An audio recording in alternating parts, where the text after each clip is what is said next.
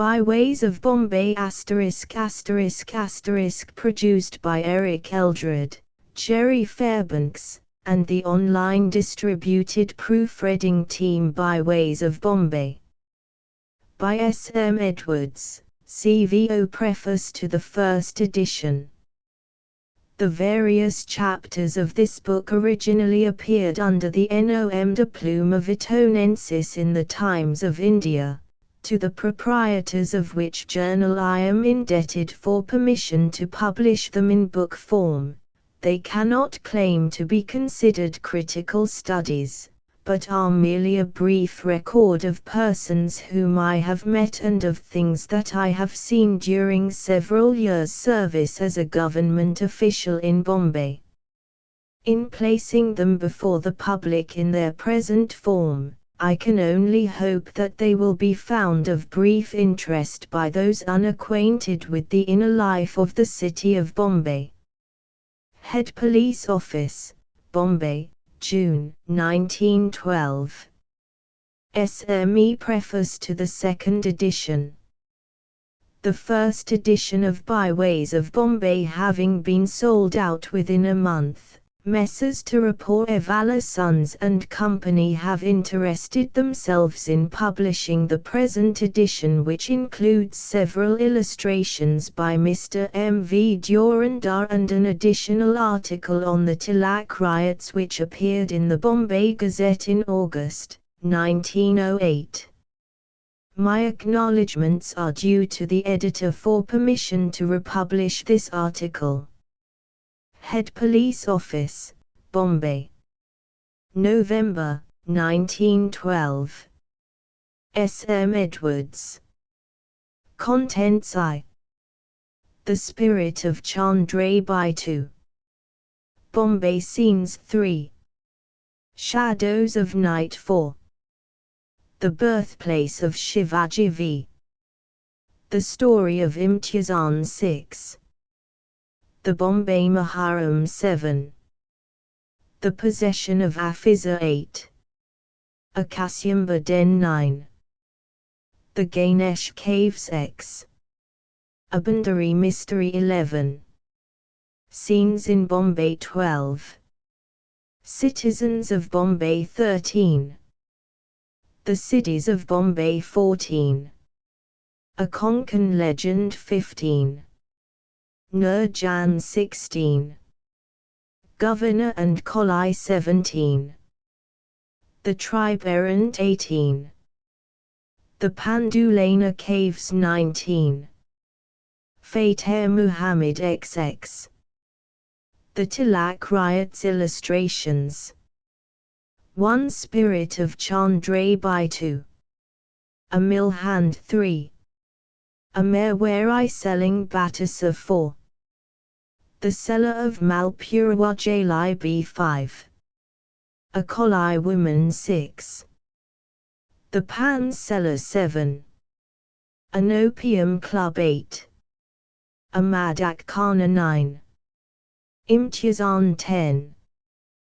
The Possession of Afiza 11. A Bandari Mystery 12. An Arab 13. A Bombay Memon 14. Cities of Bombay 15.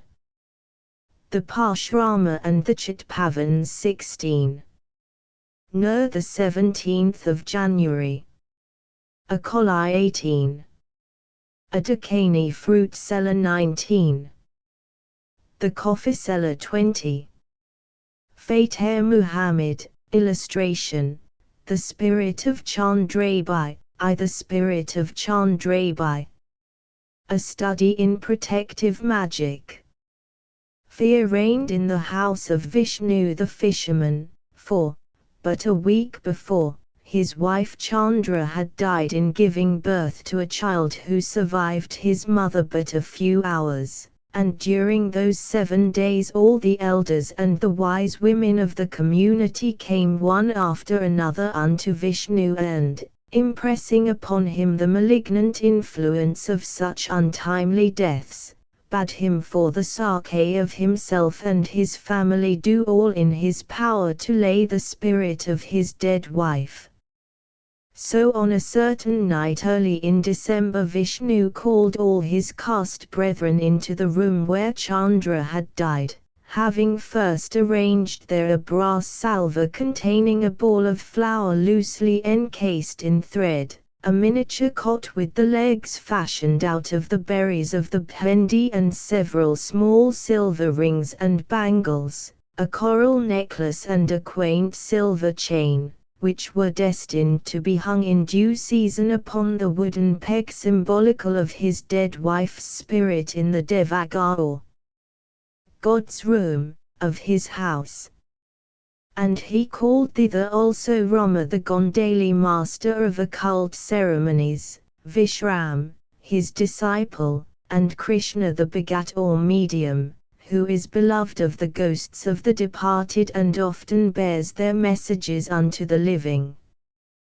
When all are assembled, the women of the community raise the brass salver and head a procession to the seashore, none being left in the dead woman's room save Krishna the medium, who sits motionless in the center thereof, and on the dry shingle the women place the salver and 2 brass lotas filled with milk and water, while the company ranges itself in a semicircle around Rama the Gondali, squatting directly in front of the platter. For a moment he sits wrapped in thought, and then commences a weird chant of invocation to the spirit of the dead woman, during which her relations in turn drop a copper coin into the salver. Chandrabai, he wails, take this thy husband's gift of sorrow, and as the company echoes his lament, Vishnu rises and drops his coin into the plate. Then her 4 brothers drop a coin apiece, her sister-in-law, whispering it is for food, does likewise. Also her mother with the words Koli Patil, or tease a robe and bodice for thee, and so on until all the relatives have cast down their offerings, one promising a fair couch, another an umbrella, a third a pair of shoes, and little Moti, the dead woman's eldest child, a pair of bangles for my mother, until in truth all the small luxuries that the dead woman may require in the life beyond have been granted. Meanwhile the strange invocation proceeds. All the dead ancestors of the family, who are represented by the quaint ghost pegs in the god's room of Vishnu's home, are solemnly addressed and besought to receive the dead woman in kindly fashion, and as each copper coin tinkles in the salver, Rama cries, receive this, Chandrabai, and hie thee to thy last resting place. When the last offering has been made, the women again raise the salver and the party fares back to Vishnu's house, where a rude shrine of Satvai, the 6th mother, has been prepared. For whispers our guide, Chandrabai died without worshipping Satvai, and her spirit must perforce fulfill those rites. Close to the shrine sits a midwife keeping guard over a new gauze cloth, a sari and a bodice, purchased for the spirit of Chandrabai, and on a plate close at hand are vermilion for her brow, antimony for her eyes, a nose ring, a comb, bangles and sweetmeats, such as she liked during her lifetime. When the shrine is reached, one of the brothers steps forward with a winnowing fan, the edge of which is plastered with ghee and supports a lighted wick, and as he steps up to the shrine, the relations and friends of the deceased again press forward and place offerings of fruit and flowers in the fan. There he stands, holding the gifts towards the amorphous simulacrum of the primeval mother, while Rama the Hierophant beseeches her to send the spirit of the dead Chandrabai into the winnowing fan. And lo! On a sudden the ghostly flame on the lip of the fan dies out. the spirit of Chandrabai has come. Straightway Rama seizes the fan and followed by the rest dashes into the room where Krishna the medium is still sitting. 4 or 5 men commence a wild refrain to the accompaniment of brazen cymbals, and Rama passes the winnowing fan, containing the dead woman's spirit, over the head of the medium. "Let the spirit appear," shrieks Rama amid the clashing of the cymbals. "Let the spirit appear," he cries, as he blows a cloud of incense into Krishna's face. The medium quivers like an aspen leaf. The dead woman's brothers crawl forward and lay their foreheads upon his feet. He shakes more violently as the spirit takes firmer hold upon him, and then with a wild shriek he rolls upon the ground and lies, rent with paroxysms, his face stretched upwards to the winnowing fan. Louder and louder crash the cymbals, louder rises the chant. "Who art thou?" cries Rama. "I am Chandrabai," comes the answer. "Hast thou any wish unfulfilled?" asks the midwife. "Nay, all my wishes have been met," cries the spirit through the lips of the medium. "I am in very truth Chandrabai, who was, but am not now, of this world." As the last words die away, the men dash forward, twist Krishna's hair into a knot behind, dress him, as he struggles, in the female attire which the midwife has been guarding, and place in his hand a wooden slab rudely carved into the semblance of a woman and child. "Away, away to the underworld," chant the singers, and at the command Krishna wrenches himself free from the men who are holding him and dashes out with a yell into the night. Straight as an arrow he heads for the seashore, his hands clutching the air convulsively, his sari streaming in the night breeze, and behind, like hounds on the trail of the deer, come Rama, the brethren, the sisters, and rest of the community. Over the shingle they stream and down onto the hard wet sand.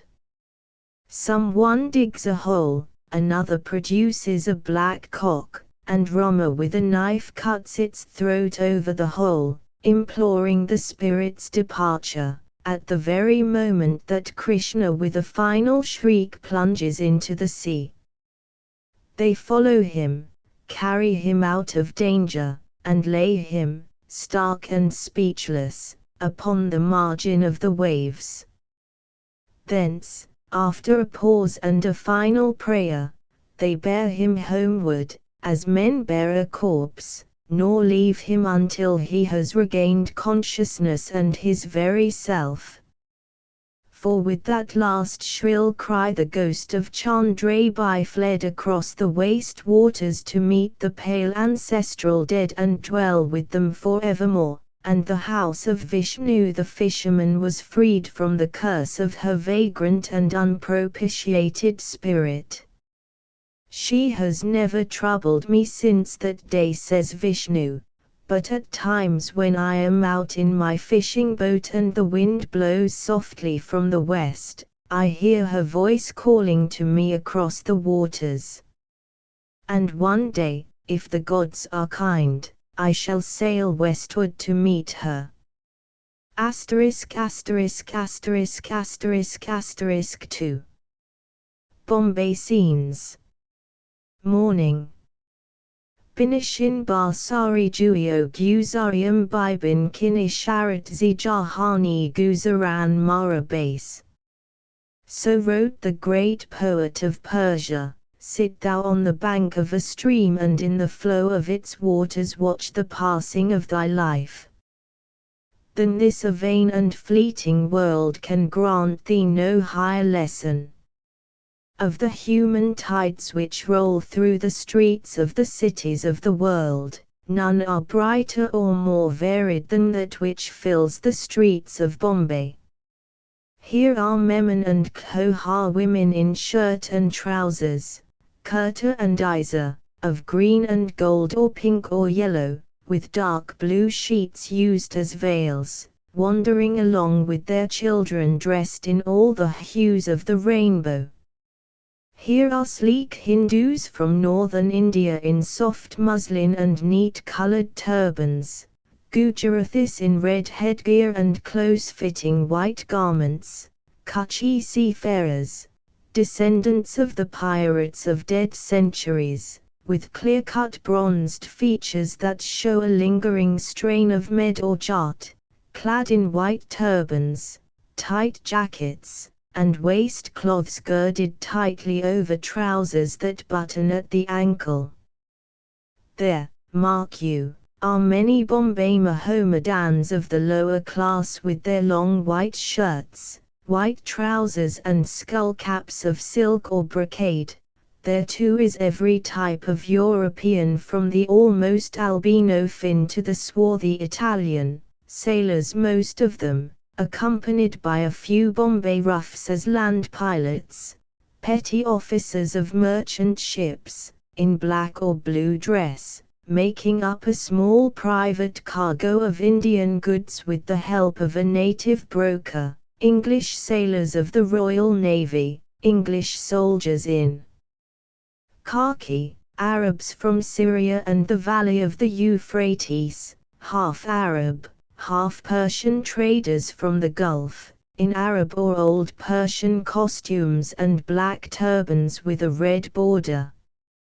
Here again comes a Persian of the old school with arched embroidered turban of white silk, white arba or undercoat reaching to the ankles, open grey shire and soft yellow leather shoes, and he is followed by Persians of the modern school in small stiff black hats, dark coats drawn in at the waist, and English trousers and boots. After them come tall Afghans, their hair well oiled, in the baggiest of trousers, Makranis dressed like Afghans but distinguished by their sharper nose and more closely set eyes, Sindhis in many buttoned waistcoats, Negroes from Africa clad in striped waistcloths, creeping slowly through the streets and pausing in wonder at every new sight, Negroes in the Bombay Mohammedan dress and red fez, Chinese with pigtails, Japanese in the latest European attire, Malays in English jackets and loose turbans, Bukharans in tall sheepskin caps and woolen gabardines, begging their way from Mecca to their Central Asian homes, singing hymns in honor of the Prophet, or showing plans of the Kaaba or of the shrine of the Saint of Saints, Maulana Abdul Qadir Jilani, at Baghdad. Illustration, a mill hand. Illustration, a Merwari selling Batasar. The ebb and flow of life remains much the same from day to day. The earliest street sound, before the dawn breaks, is the rattle of the trams, the meat carts on their way to the markets, the dust carts and the watering carts, and then, just as the grey thread of the dawn fringes the horizon, the hymn of the Faqir rings forth, praising the open-handed Ali and imploring the charity of the early riser who knows full well that a copper bestowed unseen during the morning watch is worth far more than silver bestowed in the sight of men. On a sudden, while the penurious widows and broken respectables are yet prosecuting their rounds of begging, the great cry Allahu Akbar breaks from the mosques and the faithful troop forth from their homes to prayer, prayer which is better than sleep. More commonplace sounds now fill the air, the hoarse batazara of the fat Merwari with the cakes, the lowfoot, buy my cocoa cakes, of a little old Mulberry woman, dressed in a red lungi and white cotton jacket, and the cry of the battery and cheval seller, clad simply in a coarse dhoti and second-hand skull-cap, purchased at the nearest rag shop. And as he passes, bending under the weight of his sacks, you catch the chink of the little empty coffee cups without handles, which the itinerant Arab is soon to fill for his patrons from the portable coffee pot in his left hand, or the tremulous Malpurwa jalebi of the lean Hindu from Kathiawar who caters for the early breakfast of the mill hand.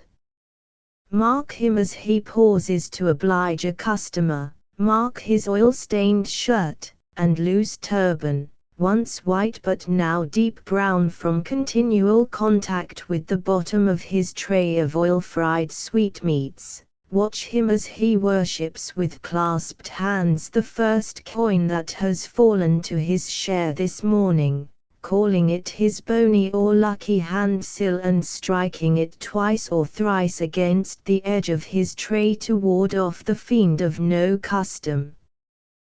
But hark! The children have heard of his arrival, a shrill cry of "Come in!" Jalebiwala forces him to drop the first coin into his empty pocket, and with silent steps he disappears down the dark passage of the neighboring chal. Illustration: the seller of Malpurwa jalebi. Now, as the faithful wend their way homewards, bands of cheerful mill hands hasten past you to the mills, and are followed by files of Kolai fisherfolk, the men unclad and red-hatted, with heavy creels, the women tight-girt and flower-decked, bearing their headloads of shining fish at a trot towards the markets. The houses disgorge a continuous stream of people, bound upon their daily visit to the market, both men and women carrying baskets of palm leaf matting for their purchases, and a little later the verandas, otlas and the streets are crowded with Arabs, Persians, and North Country Indians, seated in groups to sip their coffee or sherbet and smoke the Persian or Indian pipe. Balakis and Makranis wander into the ghee and flour shops and purchase sufficient to hand over to the baker, who daily prepares their bread for them. The panseller sings the virtue of his wares in front of the cook shop. The hawkers, the Dawdi Bara of Zari Purana fame, the Kathiawar Memon, the Persian Pashmak seller crying Fyal Mitai, flour sweets, start forth upon their daily pilgrimage, while in the center of the thoroughfare the Rekla, the Landor, the Victoria and the Shigram bear their owners towards the business quarters of the city. Meritran Mazida Usokit Hain, Sirdar, and past you move a couple of drug sellers, offering a word of morning welcome to their friend the Atta, perfumer, from the Deccan, while above your head the balconies are gradually filling with the mothers and children of the city, playing, working, talking and watching the human panorama unfold before their eyes. Illustration: a Kolai woman. So the morning passes into midday, amid 100 sounds symbolical of the various phases of life in the Western capital. The shout of the driver, the twang of the cotton cleaner, the warning call of the anxious mother, the rattle of the showman's drum, the yell of the devotee, the curse of the cartman, the clang of the coppersmith, the chaffering of buyer and seller and the wail of the mourner. And above all the roar of life broods the echo of the call to prayer in honor of Allah, the all-powerful and all-pitiful, the giver of life and giver of death. ******* Evening. Illustration: the pan seller. As the sun sinks low in the west, A stream of worshippers flows through the mosque gates, rich black-coated Persian merchants, picturesque full-bearded Maulvis, smart sepoys from Hindustan, gold-turbaned shrewd-eyed Memon traders, ruddy Jats from Multan, high-cheeked Siddis, heavily dressed Bukharans, Arabs, Afghans and pallid embroiderers from Surat, who grudge the half-hour stolen from the daylight.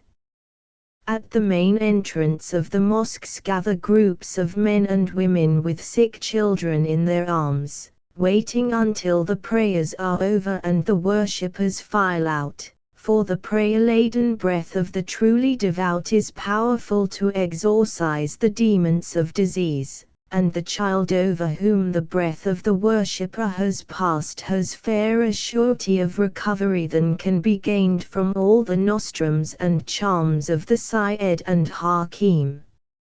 Just before and after sunset the streets wear their busiest air. Here are mill hands and other laborers returning from their daily labors, merchants faring home from their offices, beggars, hawkers, fruit sellers and sweetmeat vendors, while crowds enter the cook shops and sherbet shops, and groups of Arabs and others settle themselves for recreation on the threshold of the coffee seller's domain. There in a quiet backwater of traffic a small crowd gathers round a shabbily dressed Punjabi, who, producing a roll of pink papers and waving them before his audience, describes them as the prayer treasure of the heavenly throne, Jari Ganjul Arsh, Allah's greatest gift to the Prophet. The Prophet and his children, he continues, treasured this prayer, for before it fled the evil spirits of possession, disease and difficulty. Nor hath its virtue faded in these later days. In Saharanpur, Harki, dwelt a woman, rich, prosperous and childless, and unto her I gave this prayer, telling her to soak it in water once a month and drink thereafter. And lo! In 2 months by the favor of Allah she conceived, and my fame was spread abroad among men. The troubles of others also have I lightened with this prayer, even a woman possessed by a jinn, under whose face I burned the prayer, so that the evil spirit fled. He asks from 2 to 4 annas for the prayer sheet and finds many a purchaser in the crowd, and now and again he rolls the sheet into a thin tube and ties it round the neck of a sick child or round the arm of a sick woman, whom faith in Allah urges into the presence of the peripatetic healer.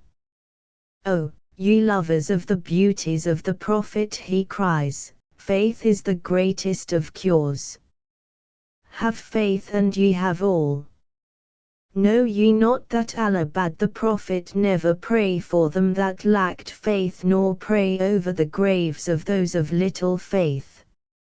Hark! Through the hum of the crowd, above the rumble of wheels and the jangle of bullock bells, rises the plaintive chant of the Arab hymn singers, leading the corpse of a brother to the last muqam or resting place, while but a short distance away, only a narrow street's length, the drum and flageolets escort the stalwart young Memon bridegroom unto the house of the bride.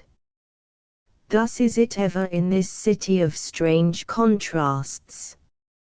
Life and death in closest juxtaposition, the hymn in honor of the Prophet's birth blending with the elegy to the dead.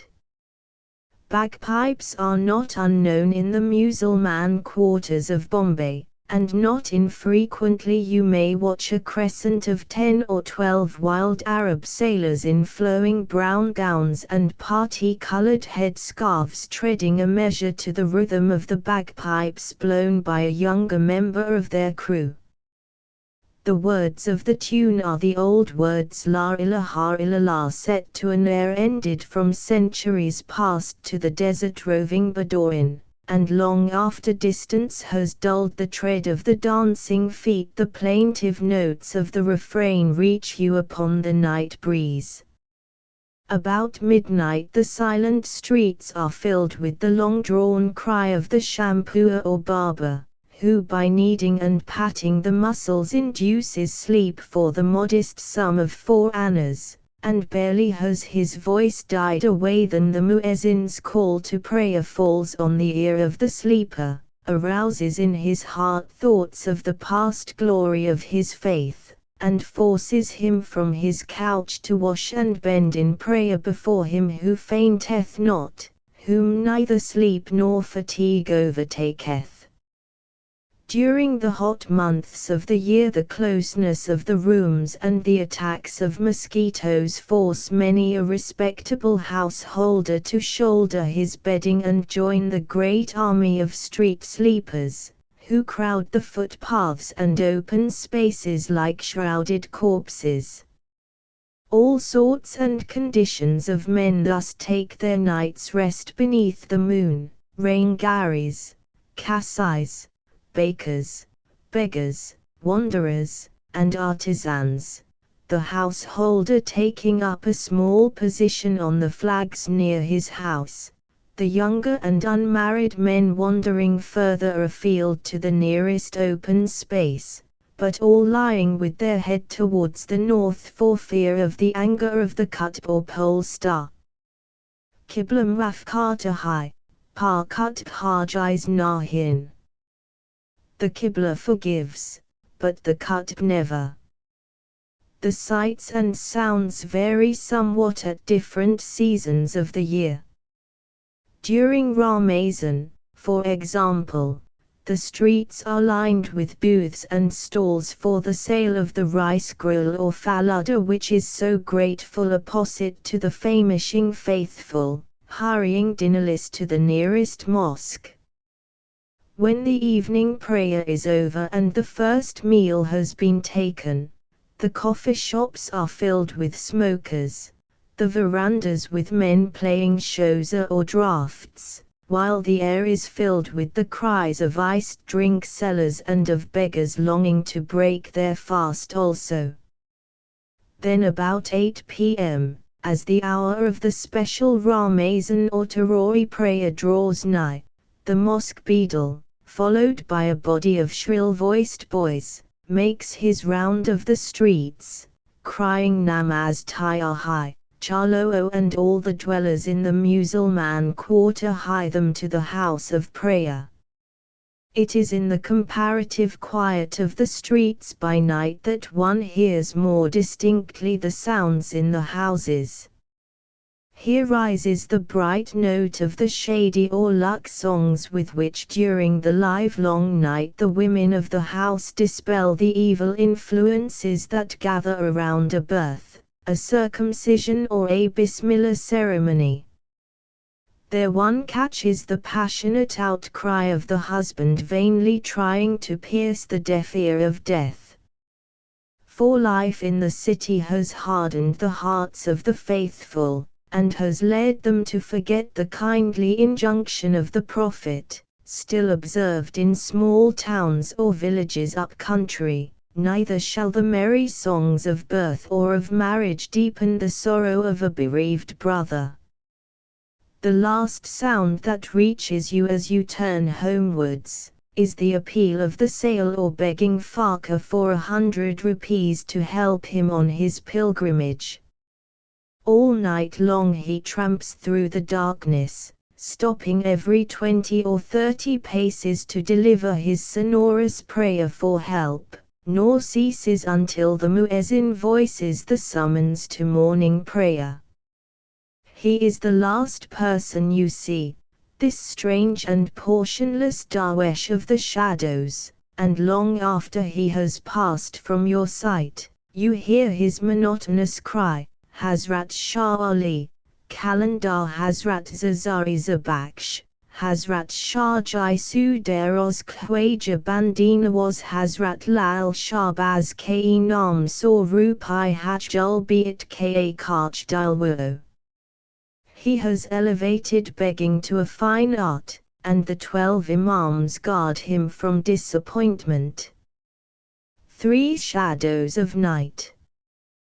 There are certain clubs in the city where a man may purchase nightly oblivion for the modest sum of 2 or 3 annas, and hither come regularly, like homing pigeons at nightfall, the human flotsam and jetsam, which the tide of urban life now tosses into sight for a brief moment and now submerges within her bosom. Halt in that squalid lane which looks out upon the traffic of one of the most crowded thoroughfares and listen, if you will, for some sign of life in the dark, ungarnished house which towers above you. All is hushed in silence, no voice, no cry from within reaches the ear, the chal must be tenanted only by the shadows. Not so. At the far end of a passage, into which the Sulaj water drips, forming ill-smelling pools, a greasy curtain is suddenly lifted for a minute, disclosing several flickering lights girt about with what in the distance appear to be amorphous blocks of wood or washerman's bundles.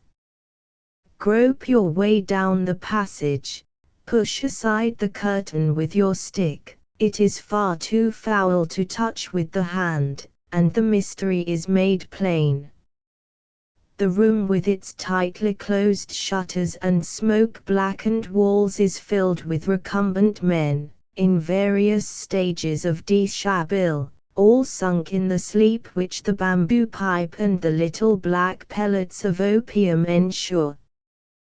The room is not a large one, for the habitual smoker prefers a small apartment, in which the fumes of the drug hang about easily, and its reeking walls are unadorned save with a chromo plan of the chief buildings at Mecca, a crude portrait of a Hindu goddess, and oleographs of British royalty.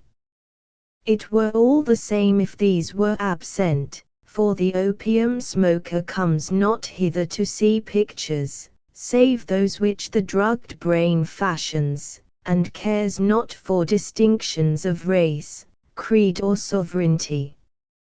The proprietor of the club may be a Mussulman, his patrons may be Hindus, Christians or Chinese, and the dreams which riot across the semi-consciousness of the latter are not concerned as a rule with heroes of either the spiritual or temporal kind. Illustration: an opium club. The smokers lie all over the room in groups of 4 or 5, each of whom is provided with a little wooden headrest and lies curled up like a tired dog with his face towards the lamp in the center of the group. In his hand is the bamboo-stemmed pipe, the bowl of which reminds one of the cheap china ink bottles used in native offices, and close by lies the long thin needle which from time to time he dips in the saucer of opium juice and holds in the flame until the juice frizzles into a tiny pellet fit for insertion in the bowl of the pipe. The room is heavy with vapor that clutches at the throat, for every cranny and interstice is covered with fragments of old sacking defying the passage of the night air. As you turn towards the door, a fat mughal rises slowly from the ground and makes obeisance, saying that he is the proprietor. Your club seems to pay, Shetji. Is it always as well patronized as it is this evening? Aye, always, comes the sleepy answer, for my opium is good, the daily subscription but small, and there be many whom trouble and sorrow have taught the road to peace. They come hither daily about sundown and dream till daybreak, and again set forth upon their day's work. But they always return until Sanapa claims them. They are of all kinds, my customers. There, mark you, is a Sikh embroiderer from Lahore, here is a Mohammedan fitter from the railway workshops, this one keeps a tea shop in the Nal Bazaar, that one is a peddler, and him you see smiling in his sleep, he is a seaman just arrived from a long voyage. You hazard the question whether any of the customers ever die in this paradise of smoke-begotten dreams, and the answer comes, not often, for they that smoke opium are immune from plague and other sudden diseases. But the parrot which you see in the cage overhead was left to me by one who died just where the Sahib now stands. He was a merchant of some status and used to travel to Singapore and South Africa before he came here. But once, after a longer journey than usual, he returned to find that his only son had died of the plague and that his wife had forgotten him for another. Therefore he cast aside his business and came hither in quest of forgetfulness. Here he daily smoked until his money was well nigh spent, and then one night he died quietly, leaving me the parrot. You peer up through the fumes and discern one bright black eye fixed upon you, half in anger, half in inquiry. The bird's plumage is soiled and smoke-darkened, but the eye is clear, wickedly clear, suggesting that its owner is the one creature in this languid atmosphere that never sleeps. What stories it could tell, if it could but speak stories of sorrow, stories of evil, tales of the little kindnesses which the Freemasonry of the Opium Club teaches men to do unto one another. But, as if it shunned inquiry, it retreats to the back of its perch and drops a film over its eye, just as the smoke film shutters in the consciousness of those over whom it mounts guard.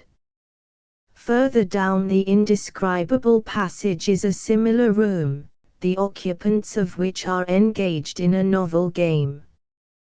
Two men squat against the wall on either side, surrounded by their adherents, each holding between his knees a long-stemmed pipe built somewhat on the German fashion. Into the bowls they push at intervals a round ball of lighted opium or some other drug, and then after a long pull blow with all the force of their lungs down the stem, so that the lighted ball leaps forth in the direction of the adversary. The game is to make 7 points by hitting the adversary as many times, and he who wins receives the exiguous stakes for which they play. What do you call this game, you ask, and an obvious city in the corner replies, this Russian and Japanese war, SAR, Japanese winning. The game moves very slowly, for both the players and onlookers are in a condition of semi-coma, but the interest which they take in an occasional coup is by no means feigned, and is perhaps natural to people whose daily lives are fraught with little joy. Round the corner lies a third room or club, likewise filled with starved and sleepy humanity. Near the door squats a figure without arms, who can scratch his head with his toes without altering his position. What do you do for a living, barber, you ask? I beg, Sahib. I beg from sunrise until noon, wandering about the streets and past the pedis of the rich merchants, and with luck I obtain 6 or 8 annas. That gives me the one meal I need, for I am a small man, and the balance I spend in the club, where I may smoke and lie at peace. No, I am not a Maratha, I am a Panchkalshi, but I reck nothing of caste now. that belongs to the past. A light chuckle behind you, as the last words are spoken, brings you sharp round on your heels, and you discern huddled in the semi-darkness of the corner what appears in the miserable light of the cocoa-nut oil lamp to be a Goanese boy. There are the short grey knickers and the thin white shirt affected by the native Christian boy, there is the short black hair, but the skin is white, unusually white for a native of Goa, and there is something curious about the face which prompts you to ask the owner who he is and whence he comes. The only reply is a vacant but not unpleasant smile, and the armless wastrel then volunteers the information that the child, for she is little more, is not a boy but a girl. Merciful heaven! How comes she here amid this refuse of humanity? She is an orphan, says the armless one, and she is half mad. Her parents died when she was very young, and her mind became somehow weak. There was none to take charge of her, so we of the Opium Club brought her here, and in return for our support she runs errands for us and prepares the room for the nightly conclave. She is a Mohammedan. You look again at the dark-eyed child smiling in the corner and you wonder what horror, what ill-treatment or what grief brought her to this pass. Peradventure it is a mercy that her mind has gone and cannot therefore revolt against the squalor of her surroundings. It is useless to ask her of herself, she can only smile in her scanty boyish garb. It is the saddest sight in this valley of the abyss, where men purchase draughts of nepenthe to fortify themselves against the cares that the day brings. The Opium Club kills religion, kills nationality. In this case it has killed sex also. Illustration, Ahmadak Khana. For the birthplace of Shivaji. About half a mile westward of the town of Junair there rises from the plain a colossal hill, the lower portion whereof consists of steep slopes covered with rough grass and a few trees, and the upper part of two nearly perpendicular tiers of scarped rock, surmounted by an undulating and triangular-shaped summit. The upper tier commences at a height of 600 feet from the level of the plain and, rising another 200 feet, extends dark and repellent round the entire circumference of the hill. Viewed from the outskirts of the town, the upper scarp, which runs straight to a point in the north, bears the strongest similarity to the side of a huge battleship, riding over billows long since petrified and grass-grown, and the similarity is accentuated by the presence in both scarps of a line of small Buddhist cells, the apertures of which are visible at a considerable distance and appear like the portholes or gun ports of the fossilized vessel. Unless one has a predilection for pushing one's way through a perpendicular jungle or crawling over jagged and sun-baked rock, the only way to ascend the hill is from the southwestern side, from the upper portion of which still frown the outworks and bastioned walls which once rendered the fortress impregnable. The road from the town of Junair is in tolerable repair and leads you across a stream, past the ruined mud walls of an old fortified enclosure, and past the camping ground of the 12 Wells, until you reach a group of trees overshadowing the ruined tombs of a former captain of the fort and other Musulmans. The grave of the Kiladar is still in fair condition, but the walls which enclose it are sorely dilapidated, and the wild thorn and prickly pear, creeping unchecked through the interstices, have run riot over the whole enclosure. At this point one must leave the main road, which runs forward to the crest of the Purpadi Pass, and after crossing a level stretch of rock, set one's steps upon the pathway which, flanked on one side by the lofty rock bastions of the hill and on the other by the rolling slopes, leads upwards to the first gate. At your feet lies the deserted and ruined village of Bokala, which once supplied the Musalman garrison with food and other necessaries, and is now but a memory, and above your head the wall and outwork of the Fatak Tower mark the vicinity of the shrine of Shivabai, the family goddess of the founder of the Maratha Empire. The pathway yields place to a steep and roughly paved ascent, girt with dense clumps of prickly pear, extending as far as the first gateway of the fortress. There are in all 7 great gateways guarding the approach to the hilltop, of which the first already mentioned, the second or Parvanjicha Darvaja, the fourth or Saint's Gate, and the fifth or Shivabai Gate are perhaps more interesting than the rest.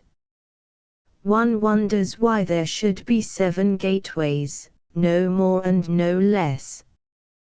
Was it merely an accident or the physical formation of the hillside which led to the choice of this number?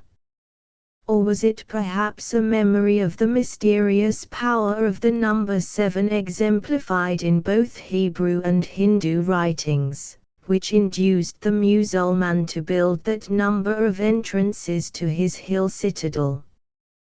The coincidence merits passing thought. The second gateway originally bore on either side, at the level of the point of its arch, a mystic tiger, carved on the face of a stone slab, holding in its right forepaws some animal, which the gazetteer declares is an elephant but which more closely resembles a dog. The tiger on the left of the arch alone abides in its place, the other lies on the ground at the threshold of the gate. Local wiseacres believe the tiger to have been the crest of the Kiladar who built the gate and to have signified to the public of those lawless days much the same as the famous escutcheon in Marmion with its legend, "Who laughs at me to death is dight." The Saint's Gate, so called from the tomb of Apur hidden in the surrounding growth of prickly pear, is the largest of all the gates and is formed of splendid slabs of dressed stone, each about 8 feet in length. On either side of the gateway are rectangular recesses, which were doubtless used as dwellings or guardrooms by the soldiers in charge of the gate. Thence the pathway divides, one track, intended for cavalry, leading round to the northwestern side of the hill, and the other for foot passengers, composed of rock-hewn steps and passing directly upwards to the Shivabai Gate, where still hangs the great teak door, studded with iron spikes, against which the mad elephants of an opposing force might fruitlessly hurl their titanic bulk. Leaving for a moment the direct path, which climbs to the crest of the hill past the Buddhist caves and cisterns, we walk along a dainty terrace lined with champak and sandalwood trees and passing under a carved stone gateway halt before the shrine dedicated to Shivaji's family goddess. The dark inner shrine must have once been a Buddhist cave, carved out of the wall of rock, and to it later generations added the outer hall, with its carved pillars of teakwood, which hangs over the very edge of a precipitous descent. Repairs to the shrine are at present in progress, and on the day of our visit 2 bullocks were tethered in the outer chamber.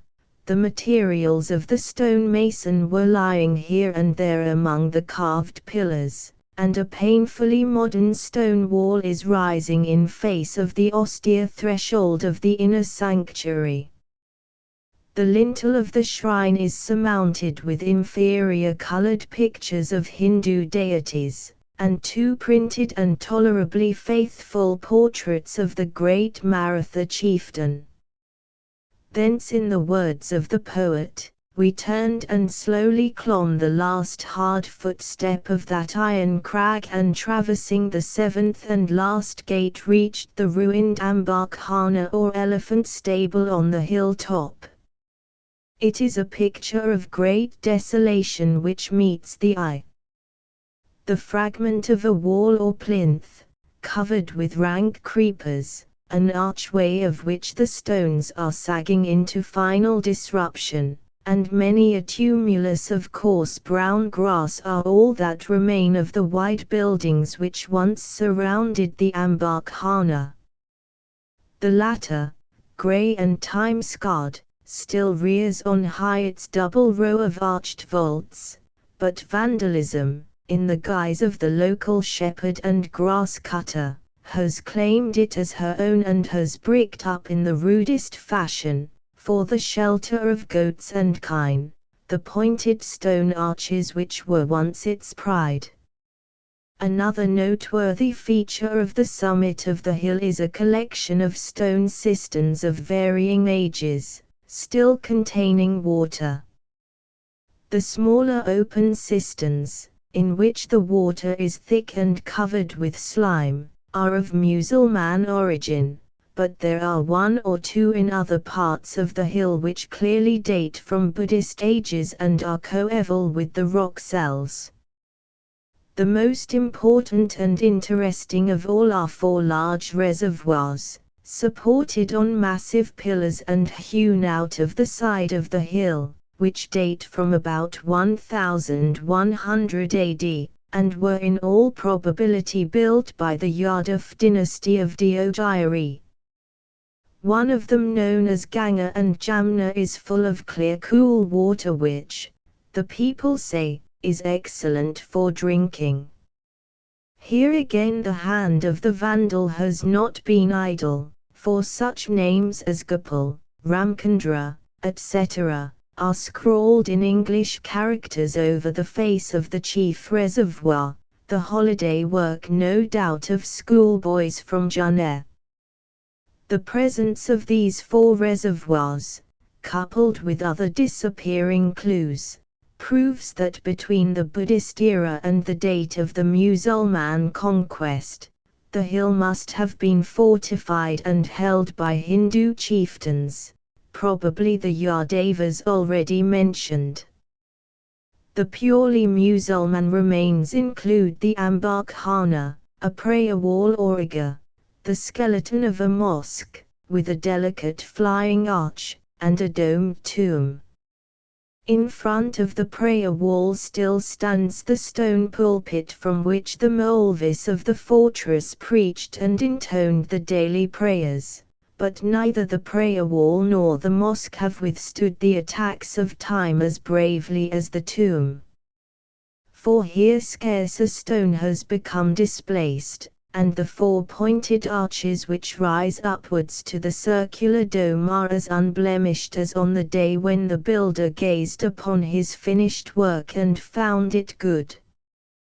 The gazetteer speaks of it as a man's tomb, but the flat burial slab within the arches points to it being a woman's grave, and local tradition declares that it is the body of the mother of one Daulat Khan which lies here. Had those she left behind sought to bring peace to her dust, they could have chosen no more fitting site for her entombment. For each face of the grave commands a wide prospect of mountain and valley, the massive hills rising tier after tier in the distance until they are but faint shadows on the horizon. The intense solitude peculiar to mountain country is broken but fitfully by the wild dove's lamentation, and even when the sun in mid-heaven beats down fiercely upon the grassy barrows of the hilltop, the breeze blows chill through the open arches and the dome casts a deep shadow over all. At a little distance from the flying arch mosque are 2 rooms built of stone, in one of which, according to our Muhammadan guide, Shivaji was born. Whether it was actually upon the rough walls of this small chamber that Shivaji's eyes first rested is open to considerable doubt, and probably they are but a small portion of a once spacious mansion which covered the surrounding area, now relic-strewn and desolate, and in which the family of the chieftain resided. These crumbling halls, the shrine of Shivaji, and the outwork at the extreme north point of the hill are the only remains directly connected with Maratha supremacy. The outwork which overhangs the sheer northern scarp performed the same function as the famous Tarpeian rock of old Rome. Thence the malefactor of Maratha days was hurled down to swift death, and history records one instance of 7 outlaws being cast unrespited, unpitied, unreprieved into space from this inaccessible eyrie by an officer of the Peshwa.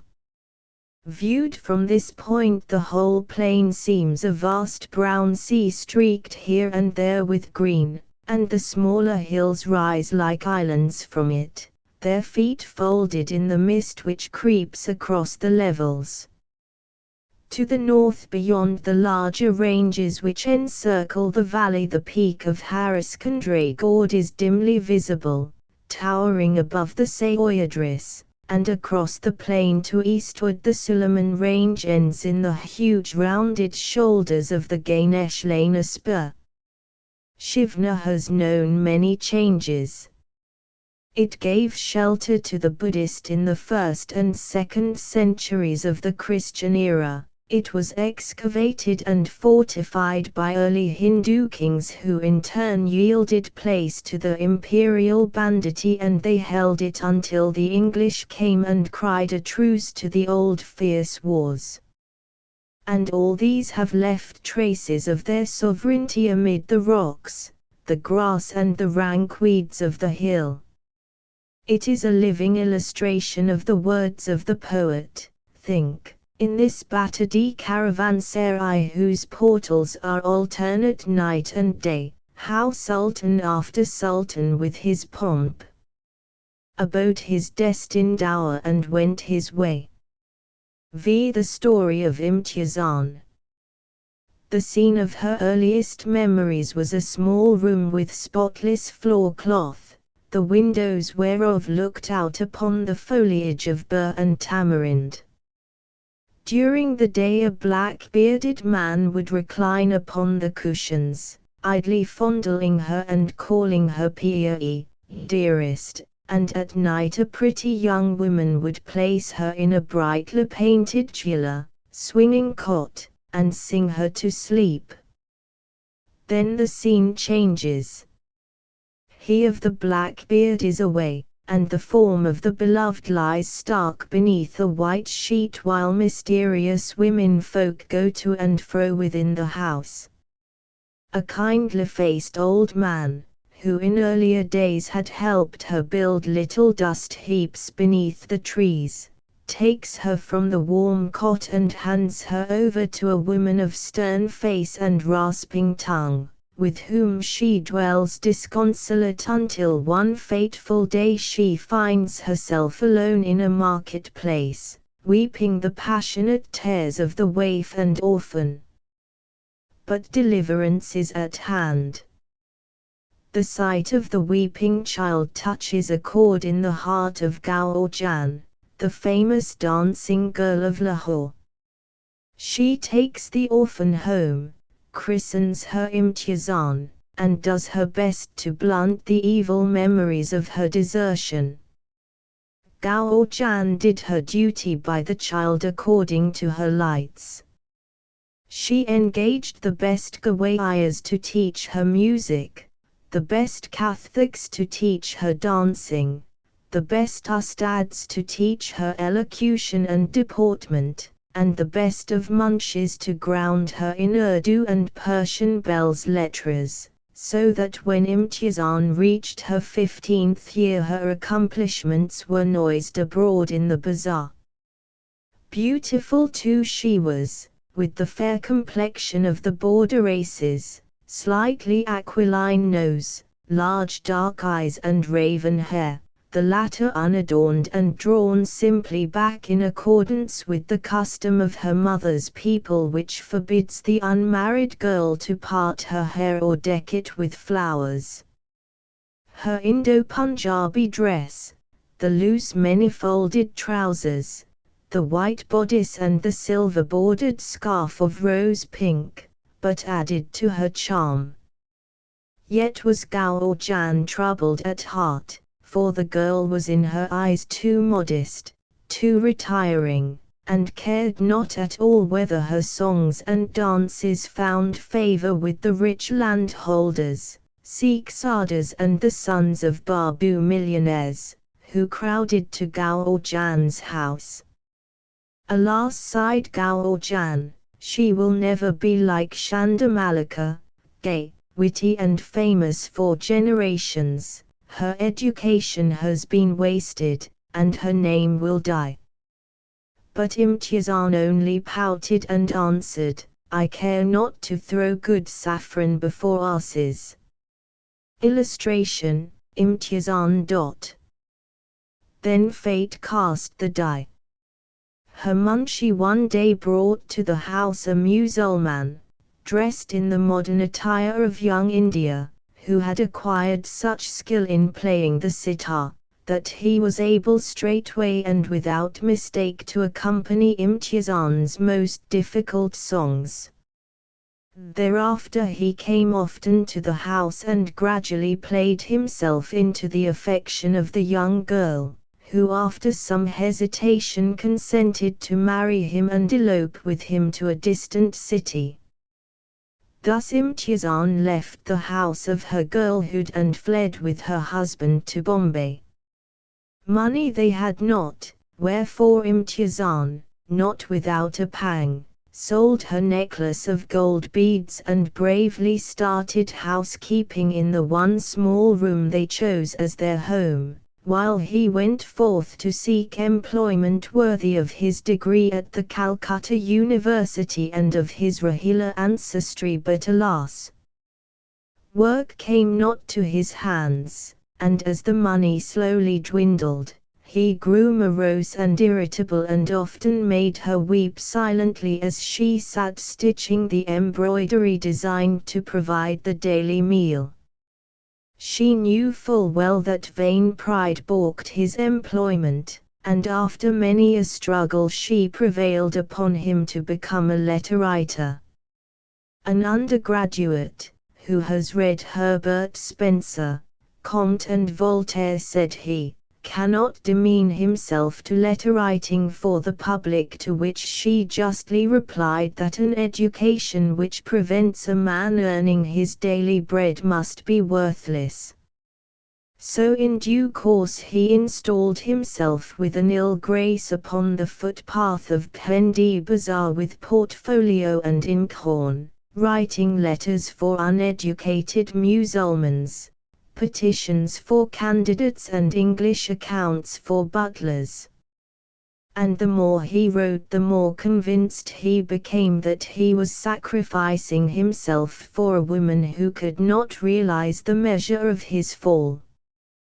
Thus for a time matters remained, little Imtiyazan wearing her delicate fingers out at home, he plying his pen in the street, until one day a dancing girl from Lucknow called him to her house to write an important missive on her behalf.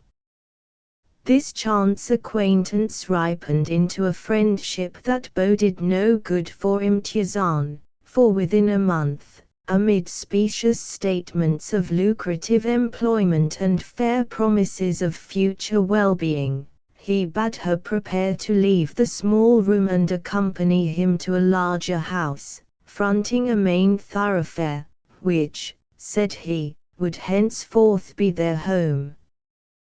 The sight of the unscreened windows of her new home struck a chill into Imtiyazan's heart, and when the door opened and she was met by 3 elderly Muhammadans who saluted her as their Sahib, fear took possession of her soul. The thin red cases hanging on the wall told her that the men were musicians, and in response to the mute appeal in her eyes her husband bade her with almost brutal candor prepare to adopt her old profession of dancing and singing in order to save him from the hateful duties of a public letter writer. For 2 days Imtiyazan, tended by the musicians and their wives, was a prey to the blackest despair, and then deeming it useless to protest, she set herself courageously to do her husband's bidding and to dance as she had danced in the house of Gaur January. But she little knew the true depths of her husband's selfishness. "Money comes not fast enough," was his perpetual cry, and he urged her, at first gently but with ever-increasing vehemence, to sink still lower. The memory of the past and who knows what higher instinct helped her to withstand his sordid demands for many days, but at length, realizing that this was kismet and tired of the perpetual upbraiding, she consented to do his bidding. So for 3 weary years the waters closed over Imtiyazan. One day she awoke to find that her husband had crowned his villainy by decamping with her valuables and all her savings. She followed and found him, and, pressing into his hand a little extra money that he had in his hurry overlooked, she bade him a bitter farewell forever. She rested a day or 2 to get herself properly divorced from him, and then returned alone to the hated life in Bombay. Their fortunes smiled upon her and wealth poured into her lap. 2 years later, by dint of careful inquiry, she discovered that the stern-faced woman who had abandoned her in the Lahore market was her uncle's wife, now widowed and in poverty, and to her she of her bounty gave a pension. For Imtiyazan, though she never forgot, could always forgive and had never lost the sense of her duty to relations. She also provided for the old man who had helped her when a child to build the dust castles beneath the trees of her old home, and then, while still young and with enough money left to keep herself in comparative affluence, she turned her back forever upon the profession which she loathed and devoted the rest of her life to the careful rearing of an orphan girl, whom the desire for a child of her own and the memories of her own youth urged her to adopt. When she died, the child who had grown up and under her guidance had married a respectable merchant, mourned for her as one mourns for those who have lovingly shielded our infancy and youth, and many of the neighbors were sincerely grieved that Imtiyazan had departed forever. Such is the life history of Imtiyazan, one of the most famous dancing girls Bombay has ever known, a history that lacks not pathos. After her final renunciation of the profession of singing and dancing, she might have remarried and in fact received more than one offer from men who were attracted by her kindliness of heart and by her beauty. But she declined them all with the words, "Marriage is not my kismet, which is but the Indian equivalent of my faith hath departed and my heart is broken." Surely the earth lies very lightly upon Imtiyazan. 6. The Bombay Muharram. Stray scenes. The luxury of grief seems common to mankind all the world over, and the mourning of the Muharram finds its counterpart in the old lamentation for the slain Adonis, the emotional tale of Sohrab's death at the hand of his sire Rustam, and the long-drawn sorrow of the Christian passion. The Persian inclination towards the emotional side of human nature was not slow to discover amid the early martyrs of the faith one figure whose pathetic end was powerful to awaken every chord of human pity.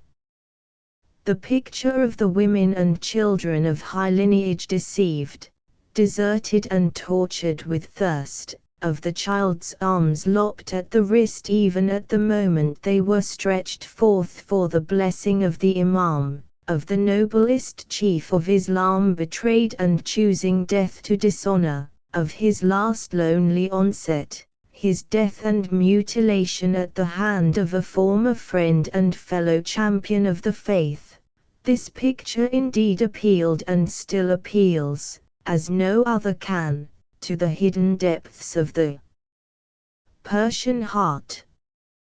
The Sunni may object to the choice of Hassan and Husayn as the martyrs most worthy of lamentation, putting forward in their stead Omar, companion of the Prophet himself, who lingered for 3 days in the agony of death, or Uthman, the third Caliph, who died of thirst, or the Lion of God whose life came to so disastrous a close. But the Shia, while admitting that the death of the first martyrs may have wrought severe loss to Islam, cannot admit that their end surpasses in pathos the tale of the bitter 10th of Muharram when the stars quivered in a blooded sky and the very walls of the palace of Kufa rained tears of blood as the head of the martyr was borne before them. He cannot also approve the Sunni practice of converting a season of mourning into one of revelry and brawl, for he does not realize the influence of the local Hindu element upon the Muharram and cannot comprehend that the Indian additions to the festival have their roots in the deep soil of Hindu spirit belief. For to the Hindu, and to the Sunni Mohammedan who has borrowed somewhat from him, all seasons of death and mourning act as a lodestone to the unhoused and naked spirits who are ever wandering through the silent spaces of the East. Some of these spirits we can appease or coax into becoming guardian angels by housing them in handsome cenotaphs. Others we can lodge in the horseshoe or in that great spirit house, the tiger, letting them sport for a day or two in the bodies of our men and youths, who are adorned with yellow stripes symbolical of their role, while other more malevolent spirits can only be driven away by shouting, buffeting and drumming, such as characterize the Muharram season in Bombay. The Indian element of nervous excitement might in course of ages have been sobered by the Puritanism of Islam but for the presence of the African, who unites with a firm belief in spirits a phenomenal desire for noise and brawling, and it is the union of this jovial African element with the sentimentality of Persia and the spirit worship of pure Hinduism which renders the Bombay Muharram more lively and more varied than any Mohammedan celebration in Cairo, Damascus or Constantinople. Although the regular Muharram ceremonies do not commence until the 5th day of the Muharram moon, the Mohammedan quarters of the city are astir on the 1st of the month. From morn till eve the streets are filled with bands of boys, and sometimes girls, blowing raucous blasts on hollow bamboos, which are adorned with a tin panja, the sacred open hand emblematical of the Prophet, his daughter Fatima, her husband Ali and their 2 martyred sons. The sacred 5, in the form of the outstretched hand, adorn nearly all Muharram symbols, from the toy trumpet and the top of the banner pole to the horseshoe rod of the devotee and the tazaya or domed bier. Youths, preceded by drummers and clarionet players, wander through the streets laying all the shopkeepers under contribution for subscriptions. The well-to-do householder sets to building a Sibyl or charity fountain in one corner of his veranda or on a site somewhat removed from the fairway of traffic, while a continuous stream of people afflicted by the evil eye flows into the courtyard of the Bara Imam Chilla near the Nile Bazaar to receive absolution from the peacock feather brush and sword there preserved. Meanwhile, in almost every street where a tabat is being prepared, elegiac discourses are nightly delivered up to the 10th of the month by a Maulvi, who draws from Rs 30 to Rs 100 for his 5 nights description of the martyrdom of Husain, while but a little distance away boys painted to resemble tigers leap to the rhythm of a drum, and the Arab mummer with the split bamboo shatters the nerves of the passerby by suddenly cracking it behind his back. The fact that this Arab usually takes up a strong position near a tazaya suggests the idea that he must originally have represented a guardian or scapegoat, designed to break by means of his abuse, buffoonery and laughter the spell of the spirits who long for quarters within the rich mimic tomb, and the fact that the crowds who come to gaze in admiration on the tazaya never retort or round upon him for the sudden fright or anger that he evokes gives one the impression that the crack of the bamboo is in their belief a potent scarer of unhoused and malignant spirits. Turn off the main thoroughfare and you may perhaps find a lean Mussulman, with a green silk skullcap, sitting in a raised and well-lighted recess in front of an urn in which frankincense is burning. He has taken a vow to be a dula or bridegroom during the Muharram. There he sits craning his neck over the smoke from the urn and swaying from side to side, while at intervals 3 companions who squat beside him give vent to a cry of Bara Imam Ki Dusti Ya O Din, cried in for the friendship of the 12 Imams. Then on a sudden the friends rise and bind onto the dula's chest a pole surmounted with the holy hand, place in his hand a brush of peacock's feathers and lead him thus bound and ornamented out into the highway. Almost on the threshold of his passage a stout Punjabi Mussulman comes forward to consult him. "Away, away," cry the friends Naya Jahai. This is a new tree, meaning thereby that the man is a new spirit house and has never before been possessed. A little further on the procession, which has now swelled to considerable size, is stopped by a Mohammedan from Ahmednagar who seeks relief. He places his hand upon the dula's shoulder and asks for a sign. "Repeat the creed," mutters the ecstatic bridegroom. "Repeat the durad," say the dula's supporters, and all present commence to repeat the kalma or creed and the durad or blessing. Then turning to the Mohammedan who stopped him, the bridegroom of Husain cries, "Sheikh Muhammad, thou art possessed by a jinn, come to my shrine on Thursday next," and with these words sets forth again upon his wanderings. Further down the Pendi Bazaar a Deccan Ma woman comes forward for enlightenment, and the dula, after repeating the kalma, promises that she will become a mother before the year expires, while close to Fulgali a Konkani Musulman woman, who has been possessed for 6 months by a witch, Darkan, is flicked thrice with the peacock feather brush and bidden to the dula's shrine on the following Thursday.